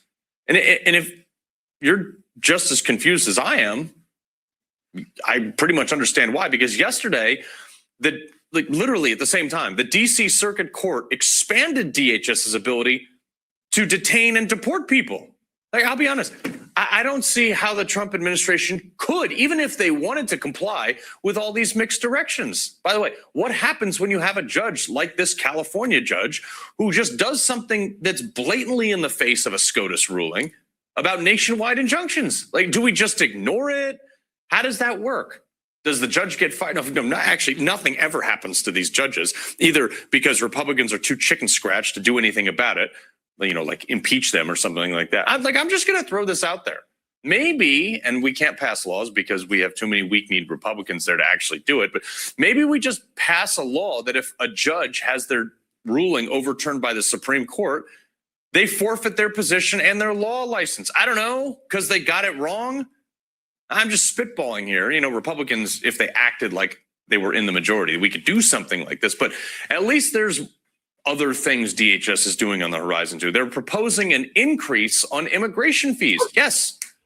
In the proposed rule, they said, the Department of Homeland Security proposes to increase the general paper filing fee from $760 to $1,330, which is an increase of $570 or 75%, because it's not covering, the current price is not covering the cost to process the immigration. I'm here for this. And why not make it an even $5,000 while we're at it? I mean, the left is naturally losing their mind over this, but I don't really care. Mostly because I've spent more than that for all my concealed carry permits over the years. Forget the cost of my lawsuit to get New York City to actually give me a permit in the first place. And that's a constitutional right. And I'm an American. So as far as I'm concerned, you can make it $50,000. And maybe we should ask ourselves this simple question. Do we really want people coming to this country who can't afford that? I mean, they might not be a huge asset to the homeland. Remember, no right to be a citizen here, and it should benefit us. Okay, at least we're getting policies that are in the interest of America now and not freeloaders coming here in cattle cars from God knows what country. Our immigration system ain't perfect, but at least it's getting better under those who actually pay attention to what's going on on behalf of the people who actually pay the taxes here. He loves the Constitution. Yeah. Yeah. Carl Higbee. Yeah. All right. And then this was said. Byron Donalds. Man, the Senate sucks. I'm just going to come out and say it. They suck. This is not hard. 80% of the American people want the Save America Act to pass. Not 80% of Republicans, 80% of the American people. And the only organization that refused to act is the United States Senate. Everybody else is saying, this is common sense. We should do common sense things. Let's make sure only Americans are voting in our elections. Makes sense, right? Let's protect the franchise of the American people. Let's make sure that people who are sent to Washington are being voted on by Americans. Who the American people choose is up to them, but we have a responsibility to secure that franchise and to secure that process for the American people.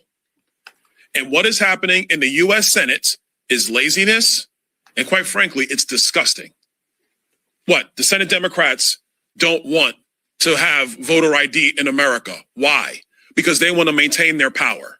Senate Republicans don't want to do the right thing and actually have a true filibuster on the floor and debate the matter on the floor, because it would take them away from their precious meetings that they have to conduct. I'm sorry. They have a responsibility to open up the Senate floor and debate this issue in front of the American people. I agree with Chairman Harris 1,000%. I want to hear what Chuck Schumer has to say on the floor in full debate about why he opposes this measure. I want to hear what Elizabeth Warren has to say about why she would oppose this measure. I want her to tell the people of Massachusetts why she believes that the people of Massachusetts should not have to show a photo ID in order to vote in a federal election in the United States of America. Just the other day, President Obama opened up his presidential library in Chicago. You needed an ID to attend the event. So if you're going to show up for President Obama's library, you got to present a voter ID, a photo ID to gain access to that event. But to vote in our elections, you don't have to do that. That makes no sense. It's crazy and it's stupid. And so the United States Senate has a responsibility to open up that floor, use Senate procedure, actually have a debate. You have a filibustering debate. If Bernie Sanders wants to hold the floor of the U.S. Senate for 6 months, let him. Go ahead. Swap out the Depends. Get some body armor. Somebody slip you some whatever you need. Keep it going. Because it demonstrates the stupidity of your arguments. And that is what the American people want to see.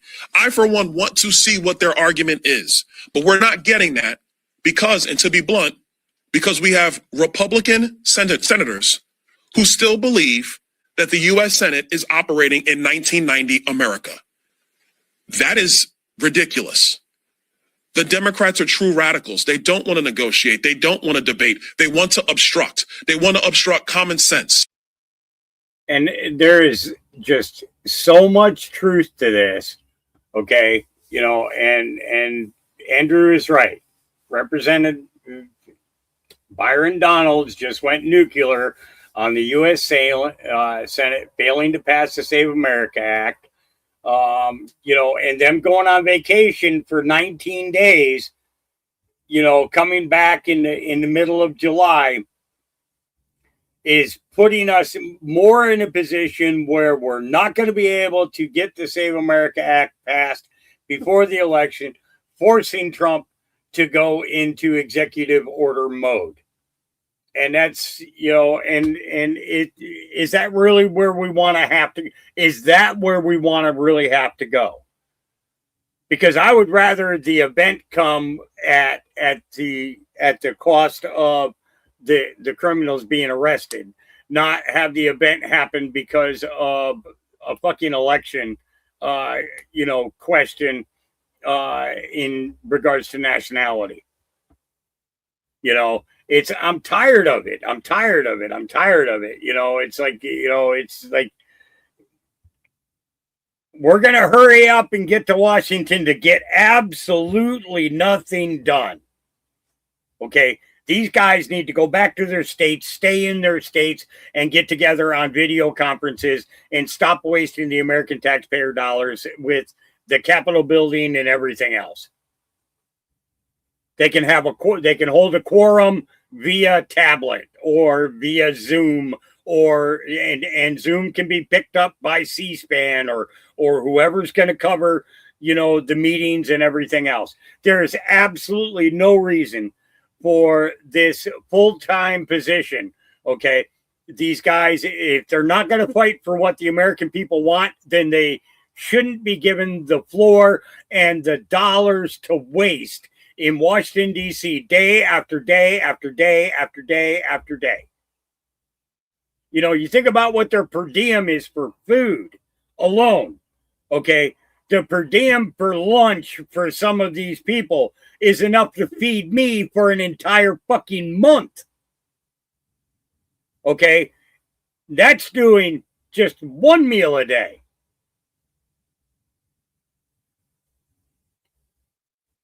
And I'm saying it's ridiculous.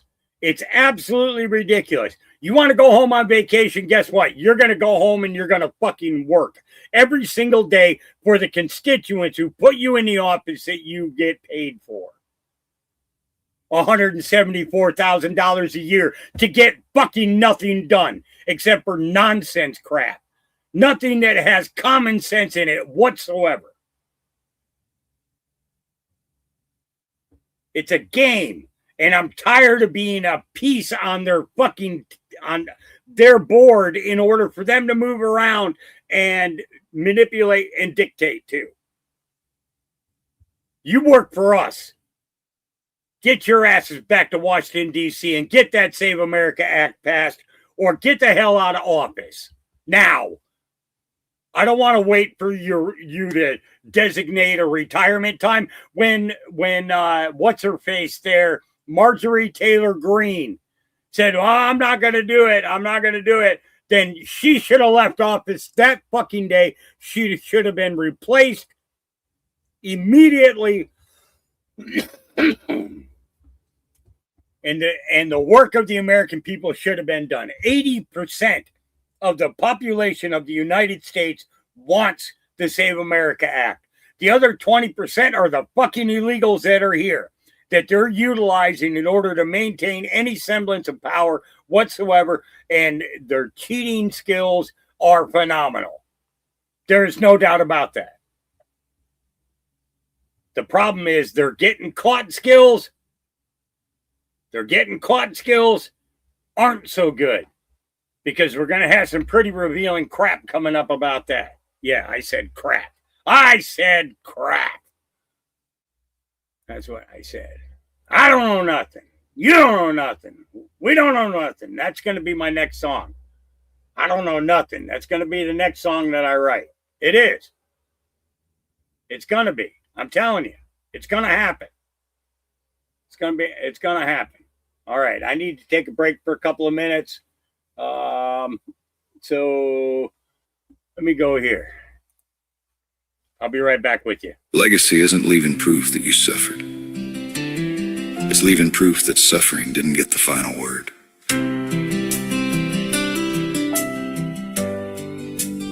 Every song I write isn't about staying in the past. It's about helping somebody else see what was hidden in plain sight, and learning that we can become better humans than the ones who hurt us. Then, legacy of peace. I'm an old man now, with stories in my hands, pages that were written where a frightened child once stands. Moved from town to town, carrying a heavy load, learning how to walk 1,000 miles on broken roads. Some folks ask me why I open up those doors, why dust off memories and lay them on the floor.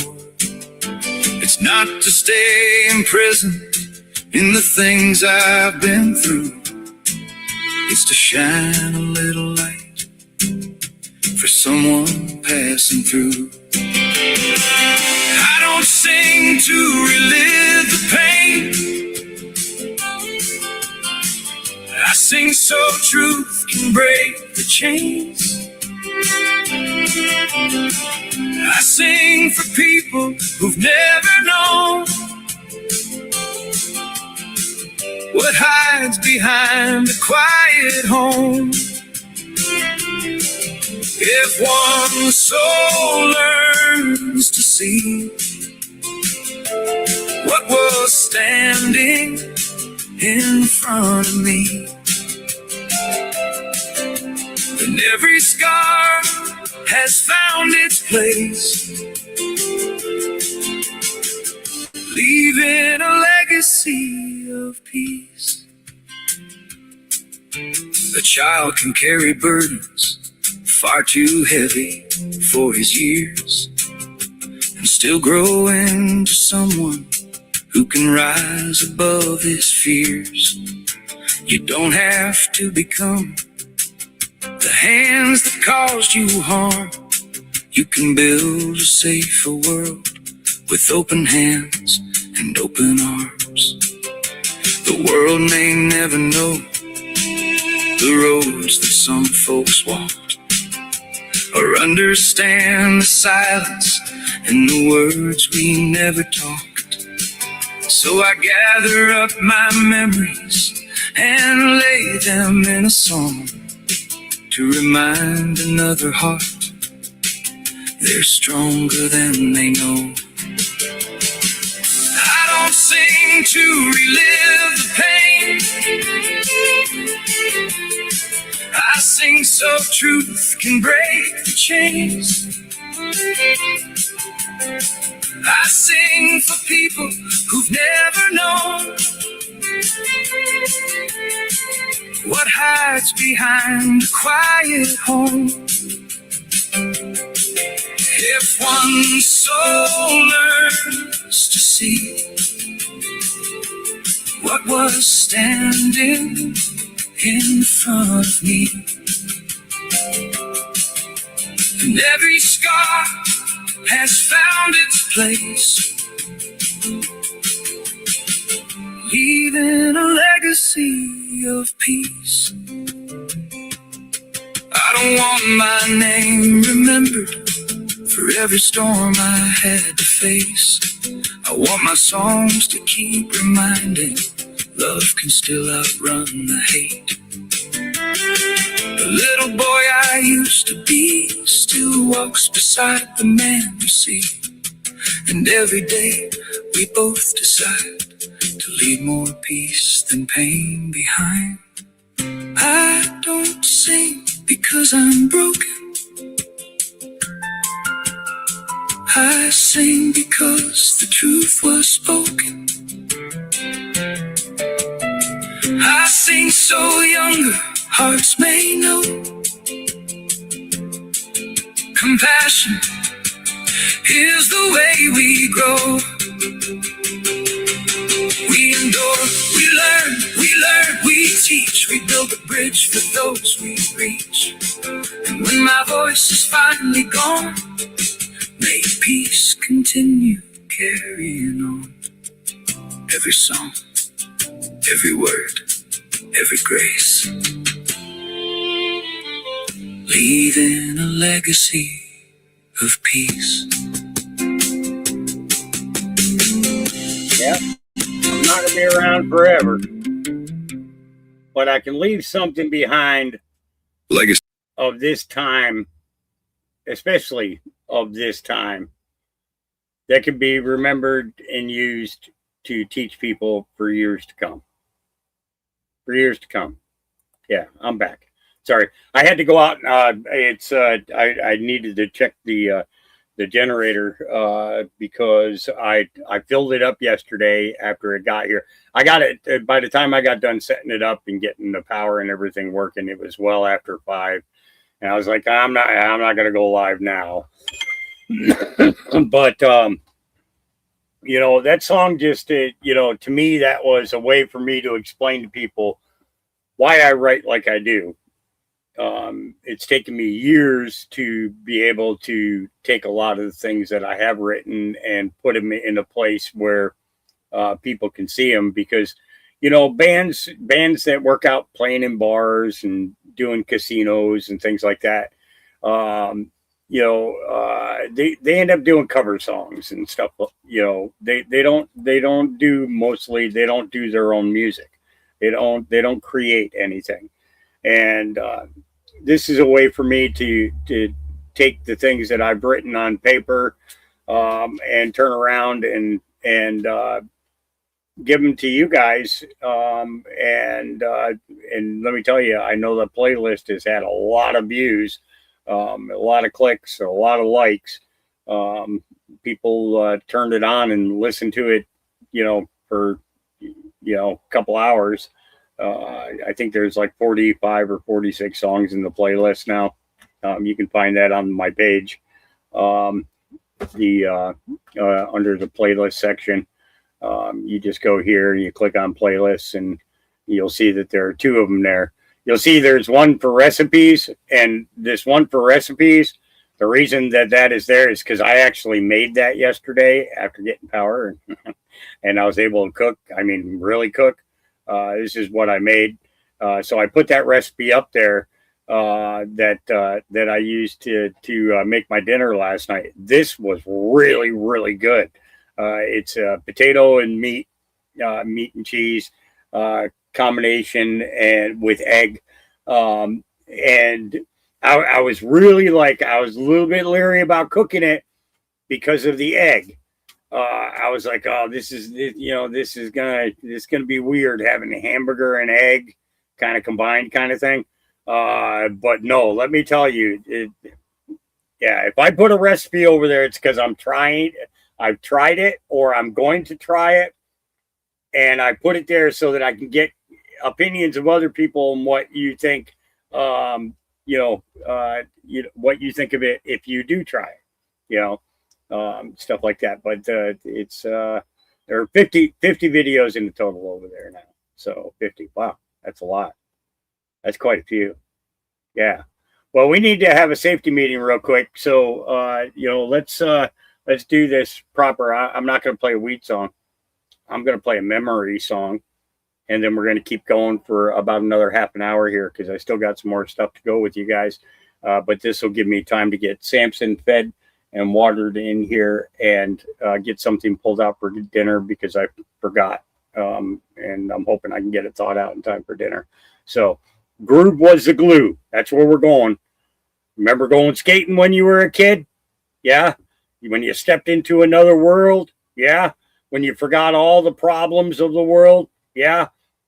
Color of skin didn't matter? Yeah. You remember all that? Well, let's go back to it just for a minute.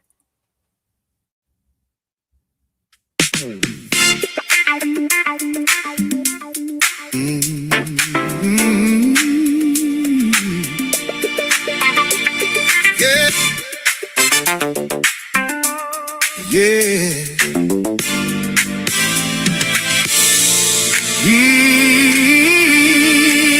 Before the world moved indoors, before every screen lit up, before everybody stopped talking and forgot how to show up, there was a place every weekend where the lights would come alive. You didn't have to be somebody, you just had to arrive. Popcorn in the air, leather skates on the floor, laughter bouncing off the walls. I am so glad that my camera is not on right now because I'm dancing as I'm getting the dog food and stuff. And you don't want to see that. And music through the door. The DJ dropped that bass line, and every worry disappeared.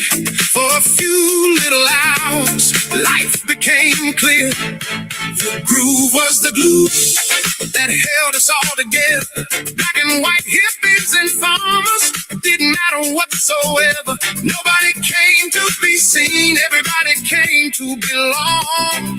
The groove was the glue, and somehow we all got along.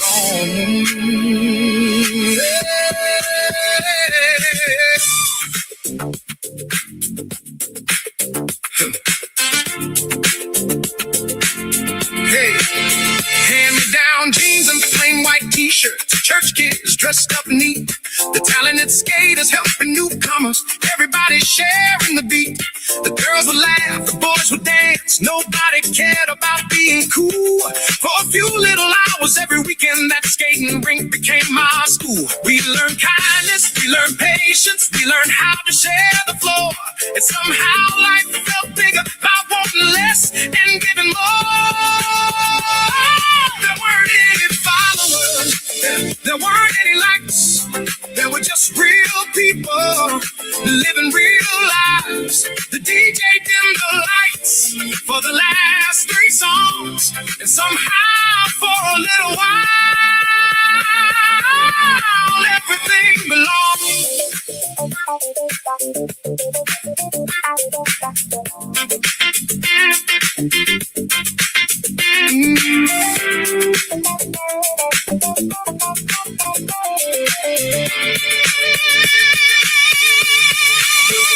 What's the glue that held us all together? Nobody trying to be famous, nobody chasing forever. Nobody came to be seen, everybody came to belong. And every time I hear that funk, that old world still lives on. The groove was the glue. The groove was the glue. For a few little hours, everything was where it belonged. Sometimes I think we weren't skating in circles. We were building a community, one song at a time.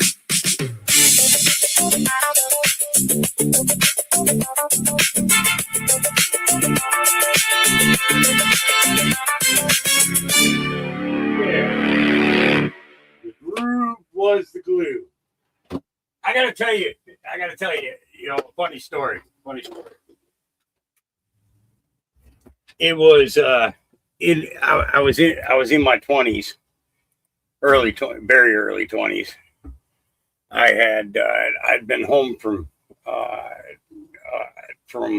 artillery school for just a couple of days, and I decided to go back to the skating rink.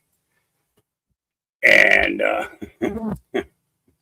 I learned the meaning of Teddy Pendergrass and his song, Turn Off the Lights. If anybody remembers that song. If you don't remember it, if you get in a smooching mood with your other part, or with your other half, turn that song on. I dare you. I dare you. The groove to the things that we listened to when we were young teenagers or younger, not knowing what the real meanings of them were, and then discovering those meanings as life goes by, can be a pretty amazing thing. Absolutely. You remember that song, huh? Yeah, I turn on a Teddy Pendergrass playlist every once in a while. Him and Al Green and a few others. And I have some fun with that. Yeah.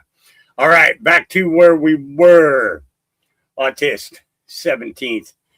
Dan Scavino posted this on Facebook about 3 hours ago. The video is 1 minute and 4 seconds long. Wow, take a look. Post 104. Now it's time to pray. We're operational. God bless the United States of America. So that's in Washington, D.C. All right, let's get up here because there was this what's going on. Mr. President, thank you for hosting us today, and thank you for establishing this commission. It was just 13 months ago when we stood in the Rose Garden. Now it's an incredibly beautiful Rose Garden today. We stood there and we talked about religious liberty and that no president in our history has stood more for God than this president. He has been unashamed to speak the word of Jesus. He's been unashamed to speak up for all faiths. And he established this commission so that we would assure Americans that religious liberty, that this great inheritance from our founding fathers, would continue for another 250 years. And Mr. President, we believe this will be one of your greatest legacies, and you happen to be the perfect president to be here in the 250th celebration. The question is, what is religious liberty? It's our conscience. It's that little voice inside of us that tells us right from wrong. It's that voice that when we're in trouble, we can talk to in our quiet moments. It's that voice when we feel unloved and alone that can comfort us through a higher power. When governments can take away your religious liberty, they're putting their hand in your heart and taking everything you believe in. And if governments can do that, then they become God. The president spoke earlier today of the communist threat in this country.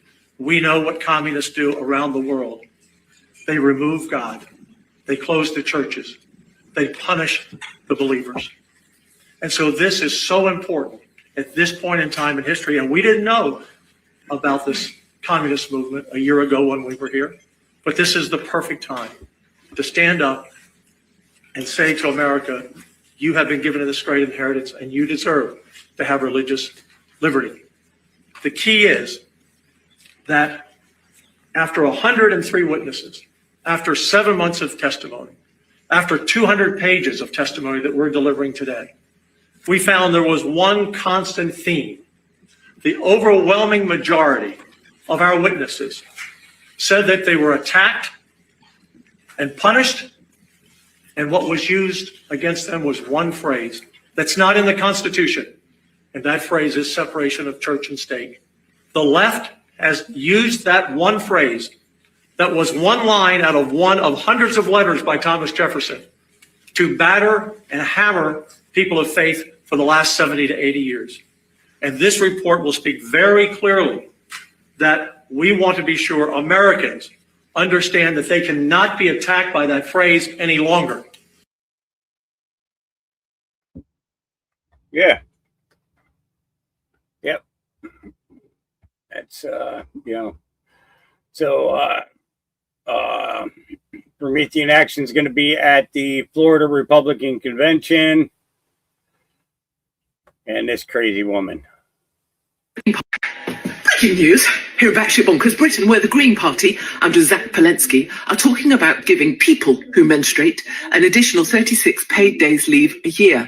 So that's people who menstruate, not women, obviously, but people who perceive they might be a woman and might menstruate if they perceive they could be a woman will also get that time off. So if you're Stephen and now you identify as a Stephanie, you're a cock in a frock, you'll be able to get paid leave for a period that you're never going to have. In other news, Adam Brooks from GB News very sensibly says that MPs should be drug tested. Having worked at the highest levels at The Sun and also Mail Online, I can tell you Adam Brooks is absolutely correct in what he's saying. MPs should be drug tested on a regular basis, and it does seem that most of them are off their faces most of the time. I mean, take a look at the Labour front bench. That's an indication in and of itself. And finally, one of the brothers who twatted a female police officer at Manchester Airport and broke her nose has now been sentenced to 3.5 years inside. Now, juries couldn't decide if those brothers were guilty because whilst there was CCTV of them actually punching police officers, the jury was also Muslim, and Muslims won't find other Muslims guilty of anything. But this should serve as a warning, not only to who's going to spend 3.5 years inside, but to a wider population. Don't bang your first cousins. Just take a look at the face on that kid. That's it, my darlings. Batshit bonkers Britain. Sometimes I have to ask myself, why? Yep. And then here's something Trump had to say. And now we have to pass the Save America Act to protect our sacred American elections. Have to pass.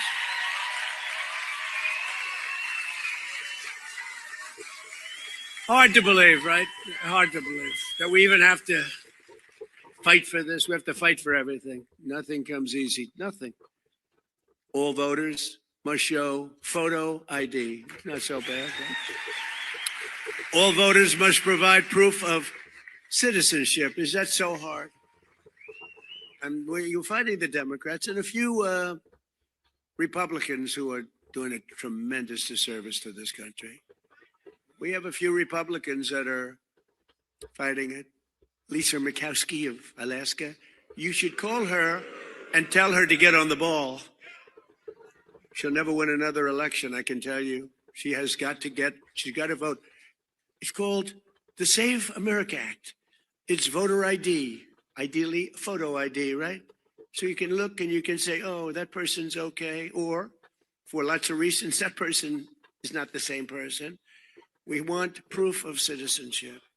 And we want no mail-in ballots except for illness, disability, and military deployment or travel. We'll be very judicious. Look what's happening in California where the ballots still aren't in. They're still not, can you believe it? Weeks afterwards, you know what's happening? They're cheating. Yeah. So, yeah, it is really kind of that simple, you know. Yeah, and then Tim Burchett. Hey, everybody, Tim Burchett. People have been talking about these elections in New York and just how far left that the Democrat Party is moving and what's going on with it. And they're talking about the infighting. I think what we better worry about is that what we would call a liberal Democrat now is going to be a moderate Democrat, and or they're going to be left behind because their base is firmly embracing this far leftist group that's going on. I mean, they're openly communist, and they want to take from everybody else who's made it, and that's their goal. It's very short-sighted, but it's how you get in power, I guess. And so I think what we better worry about is the Democrat Party embracing this far left agenda and then leaving any resemblance of moderate or moderation in the dust. Everybody's talking about there's going to be this big civil war in the Democrat Party. I don't see it. I think they're just going to move to the left and embrace the far left. We better watch out. As I've stated, it's not your grandparents' Democrat Party anymore. Heck, it's not even, hard to believe it, it's not even Hillary Clinton's Democrat Party anymore. I mean, in that New York bunch, AOC is clearly, it's unbelievable, but she's repositioned herself as more or less the moderate, and she will be I think the deciding factor in all of this when it comes down to it. And we created her when we both came to Congress together. As y'all know, we're friends. I don't agree with anything with the dadgum thing she says, but I warned them. They said, oh, we're going to put her out and show that's what the Democrat Party is and raise money because of all that. And all they did was make a martyr out of her and made her a hero. And now she is the more or less the leader of the Democrat Party right now. So pray for our country. We better start electing some Republicans with some guts, and we better do what we said we're going to do, and which President Trump was elected overwhelmingly on, and we're hanging on by a thread. So thank y'all for sending me here, and pray for our dadgum country, folks. We need it. Yeah, we need it. That we do. All right. 7,200 children rescued, a 42% increase from the previous administration. 3,500 predators, traffickers locked up. 102% increase of the previous administration. If you mean to bring harm to the most precious and innocent among us, we will find you. And I don't frankly care about anything that Rand Paul has to say anymore. So we're just going to skip by him. All right. And let's see. This is the Florida Attorney General and Governor Ron DeSantis are officially moving to impeach a radical judge who just deemed a woman not guilty by reason of insanity after she drowned her baby daughter, then blamed it on COVID. Impeach the judge and set an example. The mother not only drowned the baby in the tub, but stabbed the husband when he tried to stop it. Judge Miguel de la O claimed she did not understand what she was doing. AG James Youthmeyer, my office will be drafting articles of impeachment, and we look forward to working with all the legislators who will support. DeSantis says, time for the Florida House to do its duty. With breaking news, a South Florida mother who admitted to killing her 15-month-old daughter has been found not guilty by reason of insanity in what attorneys called a first-of-its-kind case. The judge agreed with the defense that Precious Bland was experiencing a COVID-related psychotic break at the time of the killing. Good evening. I'm Lauren Pastrana. Thank you for joining us. CBS News Miami's Chelsea Jones is your reporter live at the Miami courthouse with these details. Chelsea. Lauren, there was an audible gasp, then a cry from Precious Bland when the judge ruled that she was not in her right state of mind when she drowned her baby and then stabbed her husband and eldest daughter. Tears filled the courtroom as the mother who admitted to killing her baby daughter was found not guilty by reason of insanity following a 2-day bench trial. As to count 1, aggravated manslaughter, the defendant is not guilty by reason of insanity.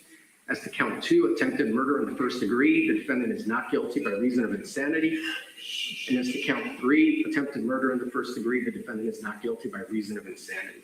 Moments after learning she would not be convicted, Precious Bland spoke briefly outside the courtroom. God is good. This doesn't bring back my daughter. I'm thankful. I love my children. State prosecutors tried to prove that this mother of 6 killed her 15-month-old because she told investigators her husband was cheating. The voices and the COVID psychosis is a fabrication and an embellished story. The judge didn't buy it. That theory doesn't make sense to me that she decided to do all the things that she did, going to all the neighbors, calling her family members, putting the kids in the water, all of it because she was angry due to some perceived infidelity. Her lawyers argued Bland was overcome by the voices in her head and had a COVID-induced psychotic break. Satan is a deceiver. There's so much that we don't know about COVID. And this was, one of the first cases in the country to go to trial on COVID during the defense to murder. Bland spent 3.5 years behind bars before being released about a year ago. Now, after a judge cleared her of criminal responsibility in her daughter's death, she says she's focused on moving forward. Just ready to get my life back together, my husband and my children, and just move forward. There will be a status hearing on Thursday to determine what the conditions for release will be for Precious Bland. Live inside the Metro Justice Building, I'm Chelsea Jones, CBS News, Miami. That woman should never be allowed around a child ever again. Never should that woman be able to lay hands upon a child again.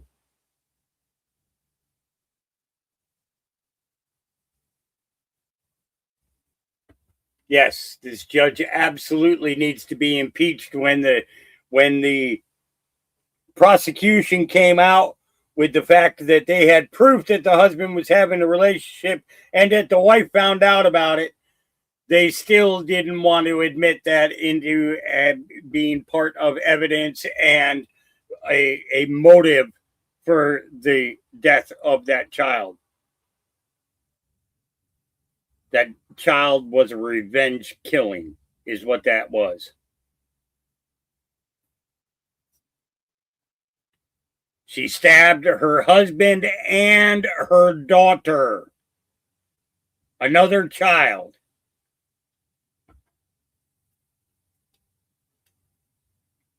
Just saying, something to it. Yeah. Here we go. You said that Iran violated the ceasefire. Yeah, Will they face any consequences? Well, you'll find out.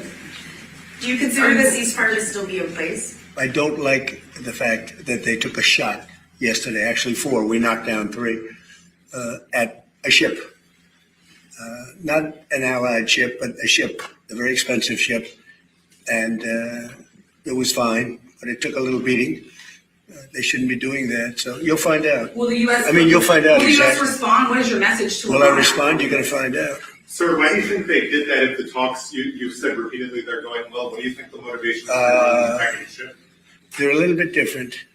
That's why I think of it. 47 years, no president did what we're doing. So you just asked a question, you'll find out. You said that Iran violated the ceasefire. So she kept trying to push it, trying to get Trump to make a statement that he's going to act or react or whatever, when in all actuality, he's doing exactly the right thing by not revealing exactly what his intentions are going to be. He said, you'll find out. You'll find out. Stop trying to ask the president to reveal what the plan is when it comes to dealing with foreign countries. Okay?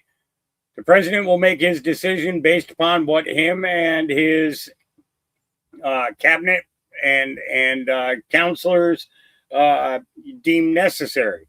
The fact that the news keeps trying to, basically limelight the situation so that consequences have to be stated on TV before they occur. Okay, enough is enough. Stop it. You're not going to tell your enemy what you're doing before you do it. You're just not. So stop it. Stop it. Use your fucking common sense. Oh, I'm sorry. Wait. 90% of the mainstream media does not have common sense. I forgot about that part. It slips my mind every once in a while. All right. So here is consequences. This is where I want you to understand there are consequences. AG James Uthmeyer joins FBI Director Andrew Bailey to announce the arrest of a Biden auto pen commuted drug trafficker. It's good to be here at the Hard Rock.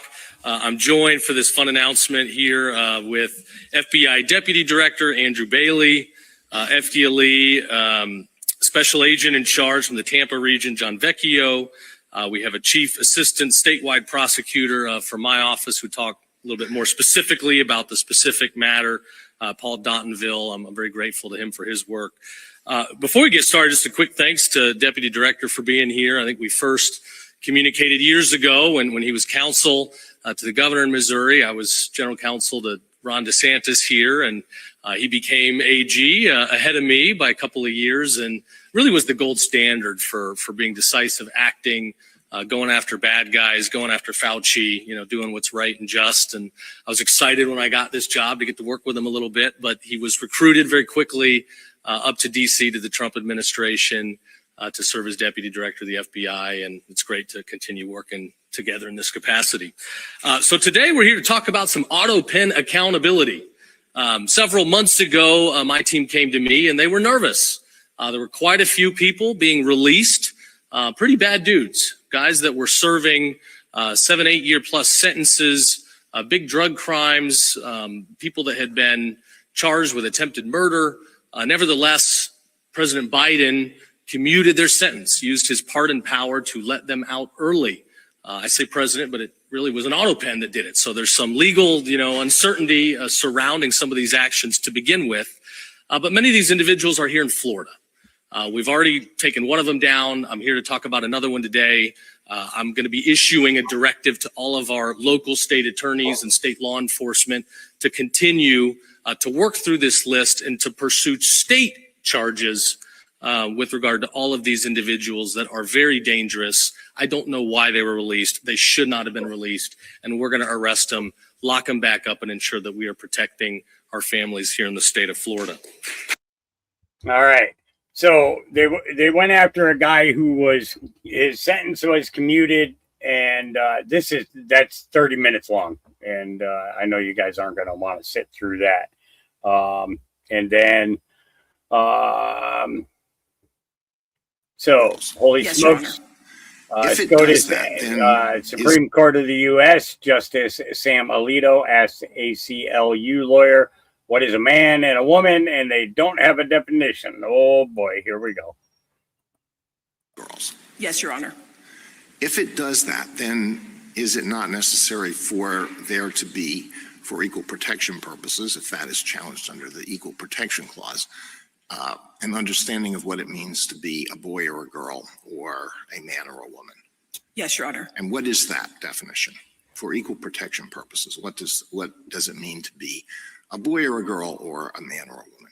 Sorry, I misunderstood your question. I think that the underlying enactment, whatever it was, the policy, the law, we'd have to have an understanding of how the state or the government was just understanding that term to figure out whether or not someone was excluded.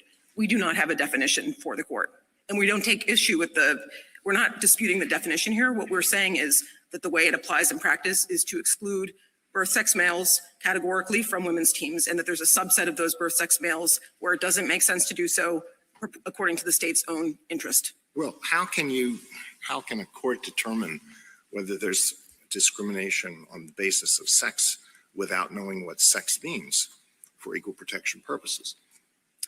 I think here we just know that we basically know that that they've identified pursuant to their own statute, Lindsay qualifies as a birth sex male, and she's being excluded categorically from the women's teams as the statute. So we're taking the statute's definitions as we find them, and we don't dispute them. We're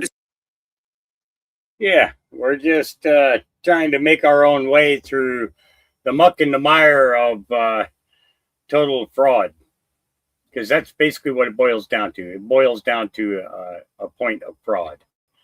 All right. Let me get back over here for a minute, and because I believe that I added. No, I didn't. Yes, I did. There it is. Okay, so there's that one, and then there is this one here. All right. Well, the Supreme Court overturned an anti-gun law in Hawaii. What was the anti-gun law? Well, it said that even if you were legally permitted to own and carry a firearm, you couldn't carry it into any establishment unless that establishment had given you express permission to do so. And to argue for this, the state of Hawaii had two rock-solid instances of legal precedent. The first one was the spirit of aloha, to which Justice Alito reminded them that while the spirit of aloha might be all fine and good, it doesn't override constitutionally protected rights. Not to mention the fact that, are you trying to convince me that the spirit of aloha says that you can never use weapons? Because there's a famous painting of King Kamehameha demonstrating a lot of aloha to a warring tribe as he united the islands. Then their second argument was that, no, we can do this because there was a law in Louisiana in 1856 that did something similar. To which Justice Alito reminded them that, yes, that was a part of the black codes. It was specifically the sort of law that was designed to discriminate against free black people. Maybe you shouldn't use that in order to deprive rights to current citizens. Just a thought. Yeah. Well, Nick Freitas. Yep. So, let's see. Then this is going on. Secretary Rubio just brokered a framework agreement for peace between Israel and Lebanon right here in Washington, D.C. 2 hours ago. All right. America, Israel, and Lebanon are all signatories. Immediate steps include the Israeli military withdrawing from small areas of the southern Lebanon that currently occupies. The Lebanese military will replace them. Yep. So the signing. God bless Israel. May God bless Lebanon. May God bless the United States of America and all those who pursue peace. Thank you.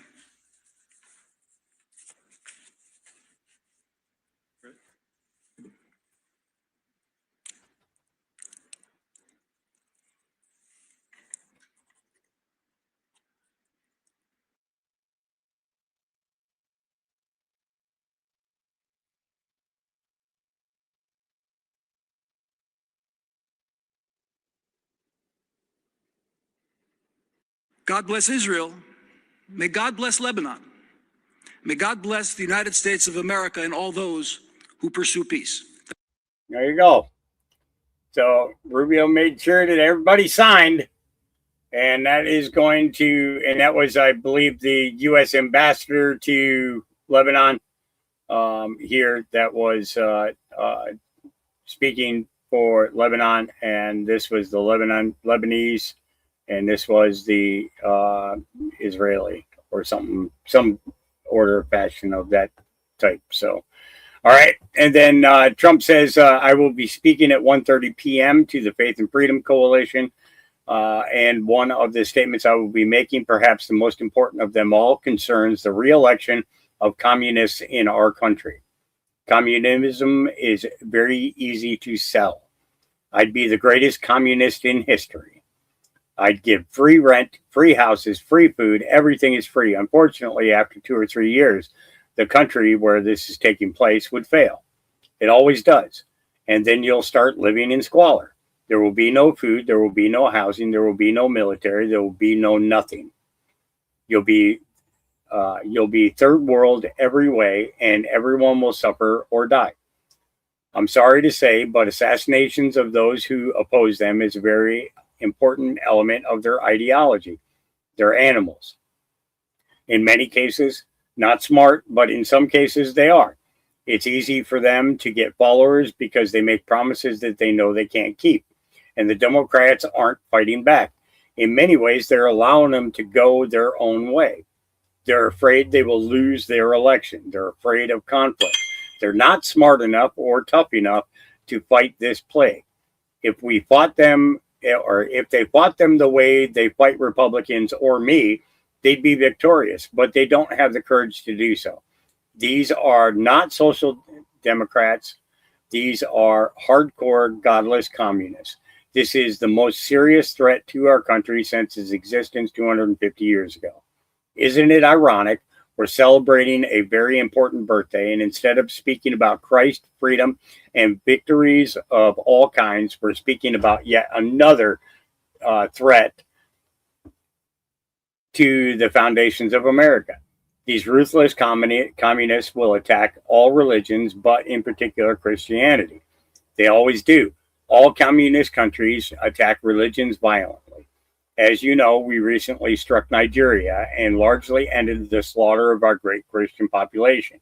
They know that if they go further, the attack will be far greater, and in that, they don't want to get involved. I am saving Christians throughout the world, even though we are not in those various countries, by hitting these terrorists violently and hard. They will close your churches. They will kill your people. This is what they're about. This is the greatest threat to our country since its founding 250 years ago, President Donald J. Trump. That's pretty clear. That's pretty dang clear. Yeah. And then we have this here. So James O'Keefe put this up, major update. Rick Adante was just served with a temporary injunction and ordered to surrender his firearms to the Melbourne Sheriff's Office. Adante is being sued by Professor Brandon May of the Florida Tech. Last year, Adante publicly exposed how officials like Brandon at Florida Tech allegedly discussed rebranding climate change initiatives with different language to keep receiving funding and play the system. Adante previously filed a separate whistleblower lawsuit against FIT that remains pending.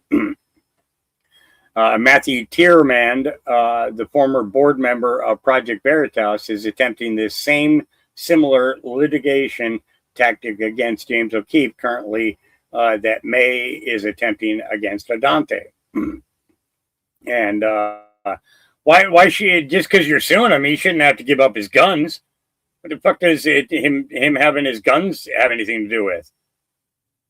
That seems kind of a ridiculous, order there. Really does. Yeah. All right. And then the U.S. Postmaster General has been blocked from withholding mail-in ballots from blue states who enable voter fraud and let illegal aliens vote. The postmaster planned to enforce President Trump's executive order, but a leftist judge declared herself president and blocked it.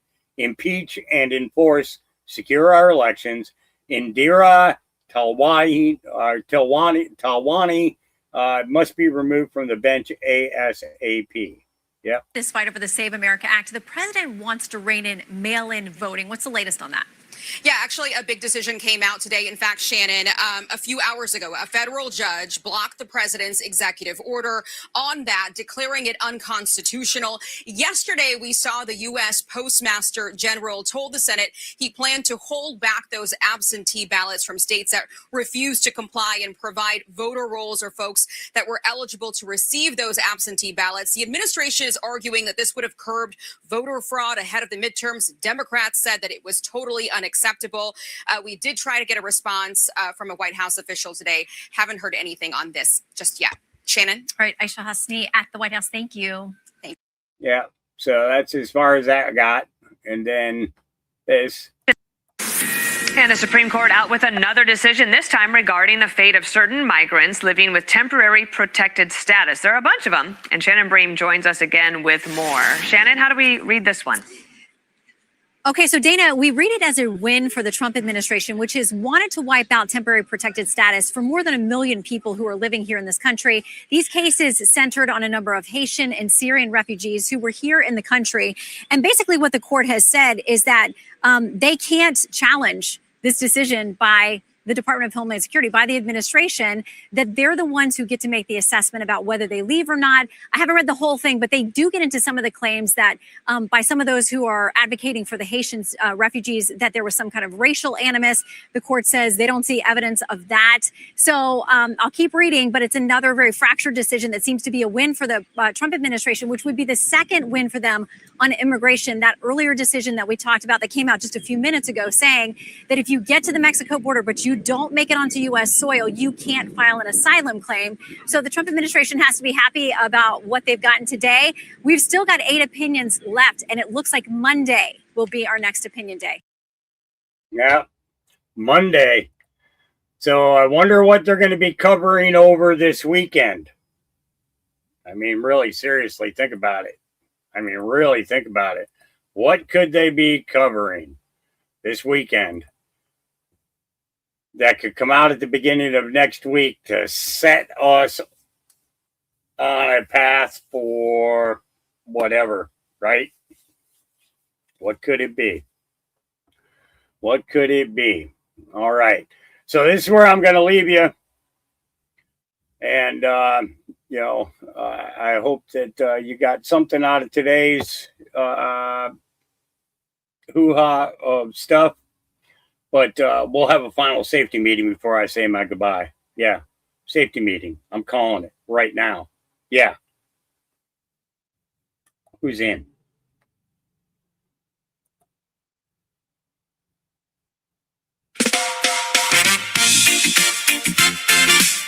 What's right now?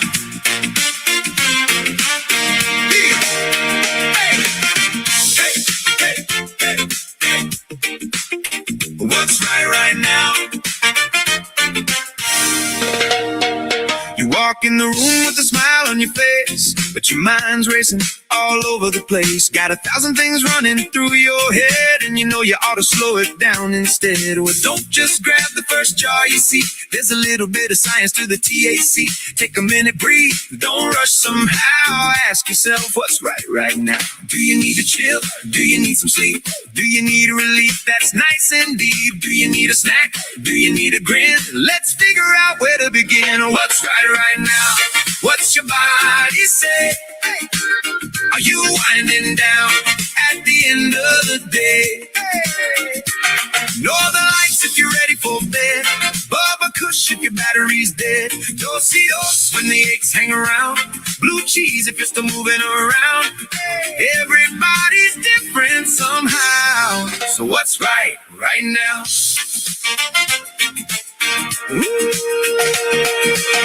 Northern Light says turn down the speed. Let your busy little brain be free. Tie an Afghani on a sleepy ride like a warm blanket by your side. Then Bubba Kush walks through the door. Says, buddy, you ain't working anymore. It's the melt into the couch parade. Cancel your chores that you already made. Need some comfort, need some peace. Need those busy thoughts to cease. Don't overthink, don't wear a frown. Listen when your body's talking now. What's right now? What's your body say? Are you winding down at the end of the day? Northern Lights if you're ready for bed. Bubba Kush if your battery's dead. Dos when the aches hang around. Blue cheese if you're still moving around. Hey, everybody's different somehow. So what's right now?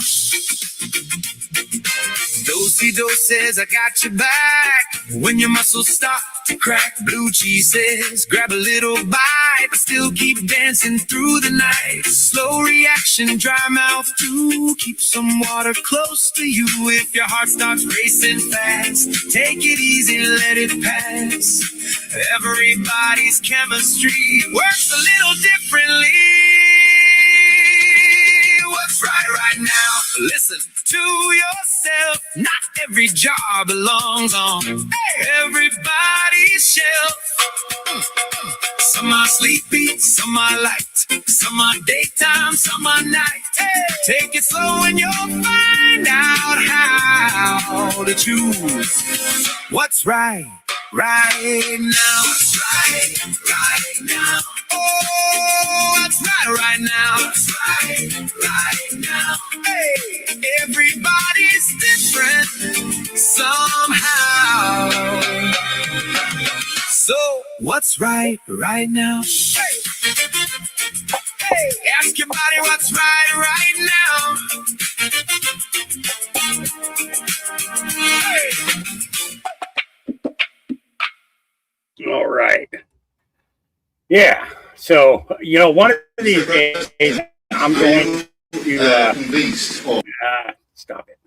One of these days, what I'm going to do is I'm going to do a podcast where I just put on the playlist and let all the songs play so that everybody can chat with each other as all the songs are playing and just have an afternoon of music kind of thing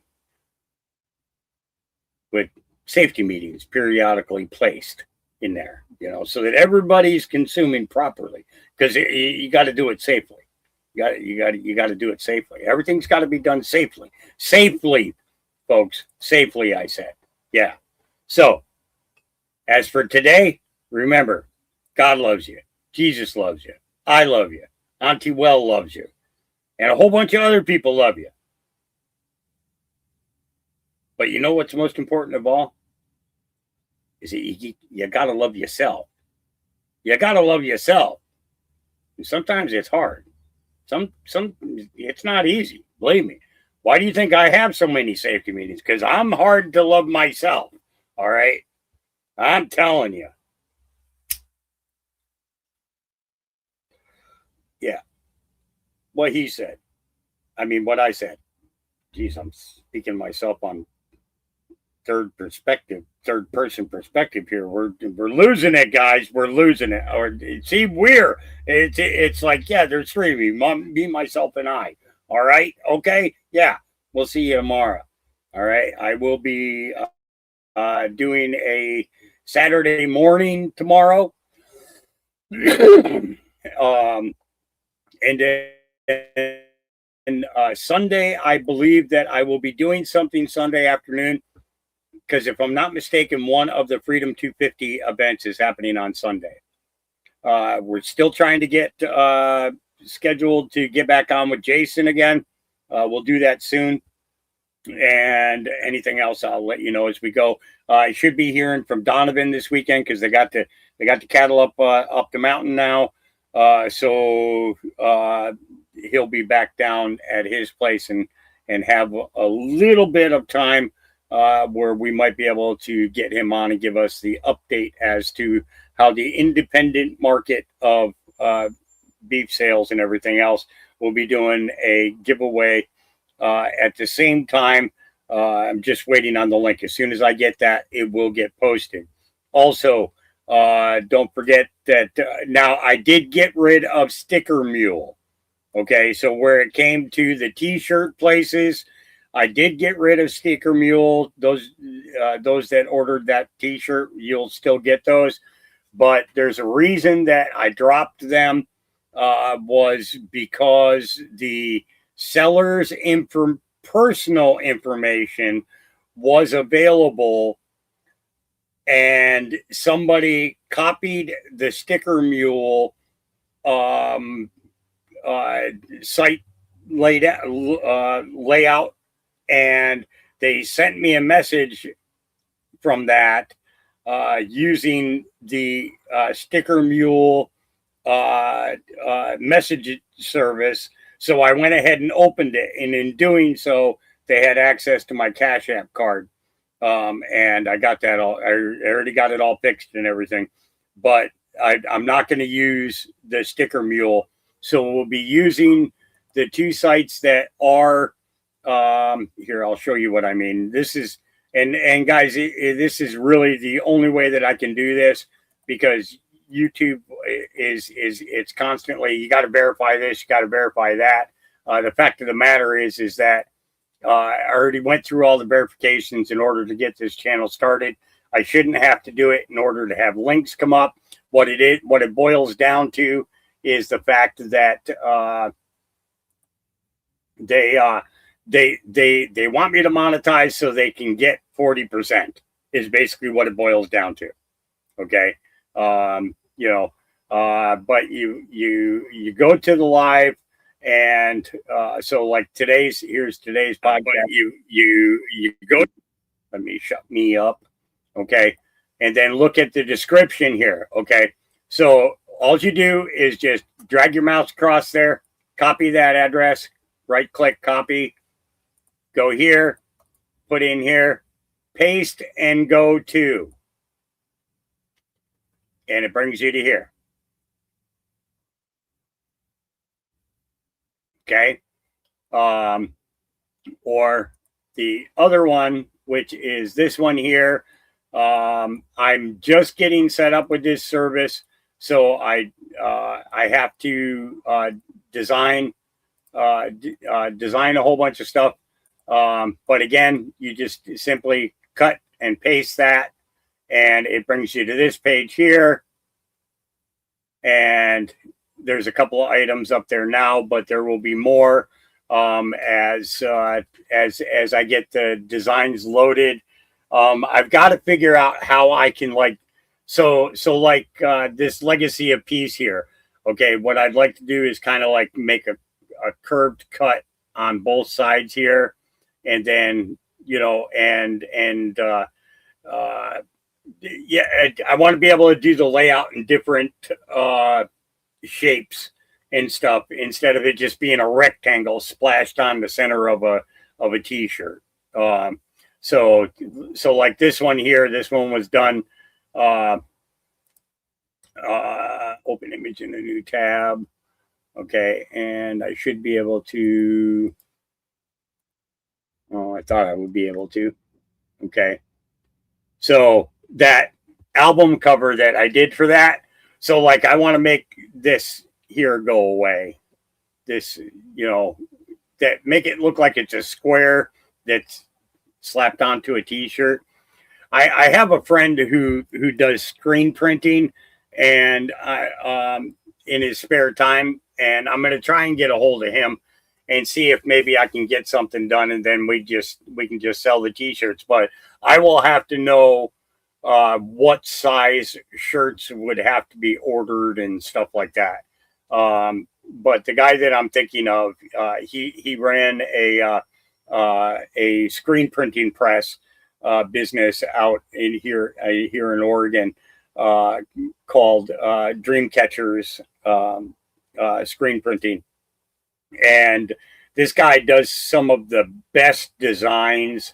And it is a labor of love for him and his wife to do things that are community action kind of things, you know. I'm gonna get in contact with them and see if I can maybe get some shirts done that way, which would be cool. But there are coffee cups, there's t-shirts, there's sweatshirts, so on and so forth, so different designs and everything else. So if you're interested in those, feel free to do so. It's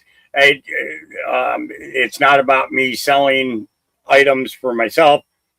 It's about you being able to have something that commemorates your time spent here with a crazy old man going crazy. Yeah, crazy together. Maybe I should do a song called Crazy Together. Yeah, we'll just go nuts together or something. Yeah, it's a co-op of insanity. Yeah, the co-op of insanity. That would be a great title. You know, I'm just saying. See, now I got a topic to talk about. I can freaking go with this. Yeah, I'll have a song done in a couple hours about this. Don't you know? Yeah, the co-op of insanity. I got to write that down too, so I don't forget that. Co-op of insanity. Oh, yeah.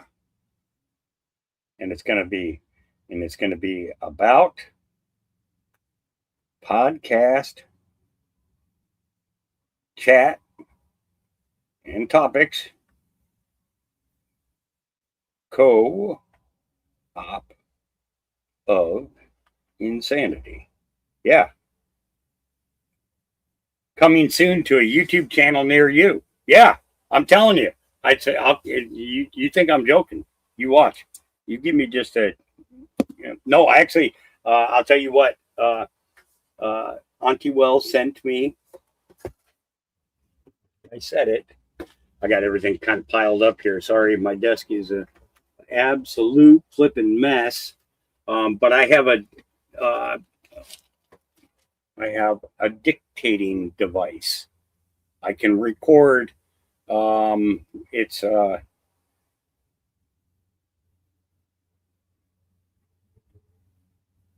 30 gigs of me talking. I can fit 30 gigs of me talking on here. That's a lot of me talking. Jeez. But what's cool about it is I can plug it into the computer and it transcribes my spoken word into text. And I got a dictator. Yeah. And it doesn't rule the world. Yeah, exactly. So I'll see you tomorrow. Have an awesome day. Make the best of it. Get out, touch grass. Sometimes touching grass is not enough. Sometimes you need to smoke a little, okay, in order to get past the insanity mark.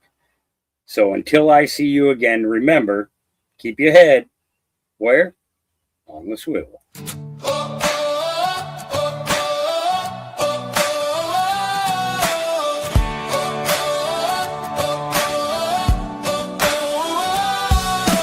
Woke up this morning to a world on fire. Everybody shouting, climbing walls of wire. Fear on the TV, lies across the screen. Hard to know these days what anything means. But I hear my Father's voice down in my soul. Stand up straight, don't let the darkness take control. Love your neighbor, hold the line, stay alive. Open up your eyes and let your spirit drive. Don't let the noise pull you under. Don't lose your heart in the thunder. Keep your head on a swivel, keep your eyes on the light. There's still love in the middle of the fight tonight. When the road gets narrow and the world feels cold, keep your heart wide open and never let go. Keep your head on a swivel, but your soul on the rise. There's a whole lot of beauty still left in these eyes. Yeah, the world may shake, but we're not gonna break. We were born for more than survival.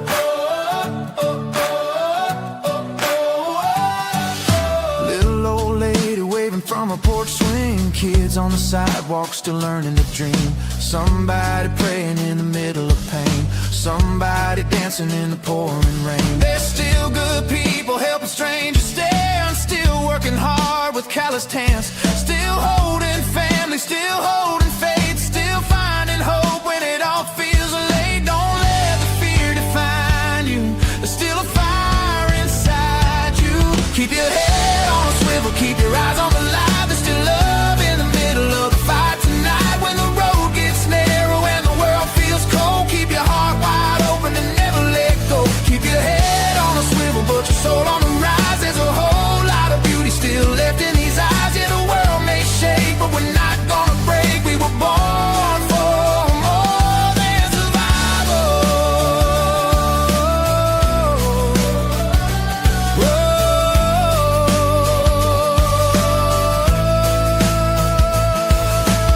Oh, don't forget who you are. You were made from the dust and the stars. Oh, even when shadows fall, love is still the strongest thing of all. Keep your head on a swivel, don't lose your grace. Every scar tells a story, every soul has a place. And if somebody stumbles, you help them stand tall. That's the kind of strength that can heal us all. Keep your head on a swivel, keep your faith alive. There's still hope for tomorrow as long as we try. Yeah, the world may change, but love remains, and that's how we survive.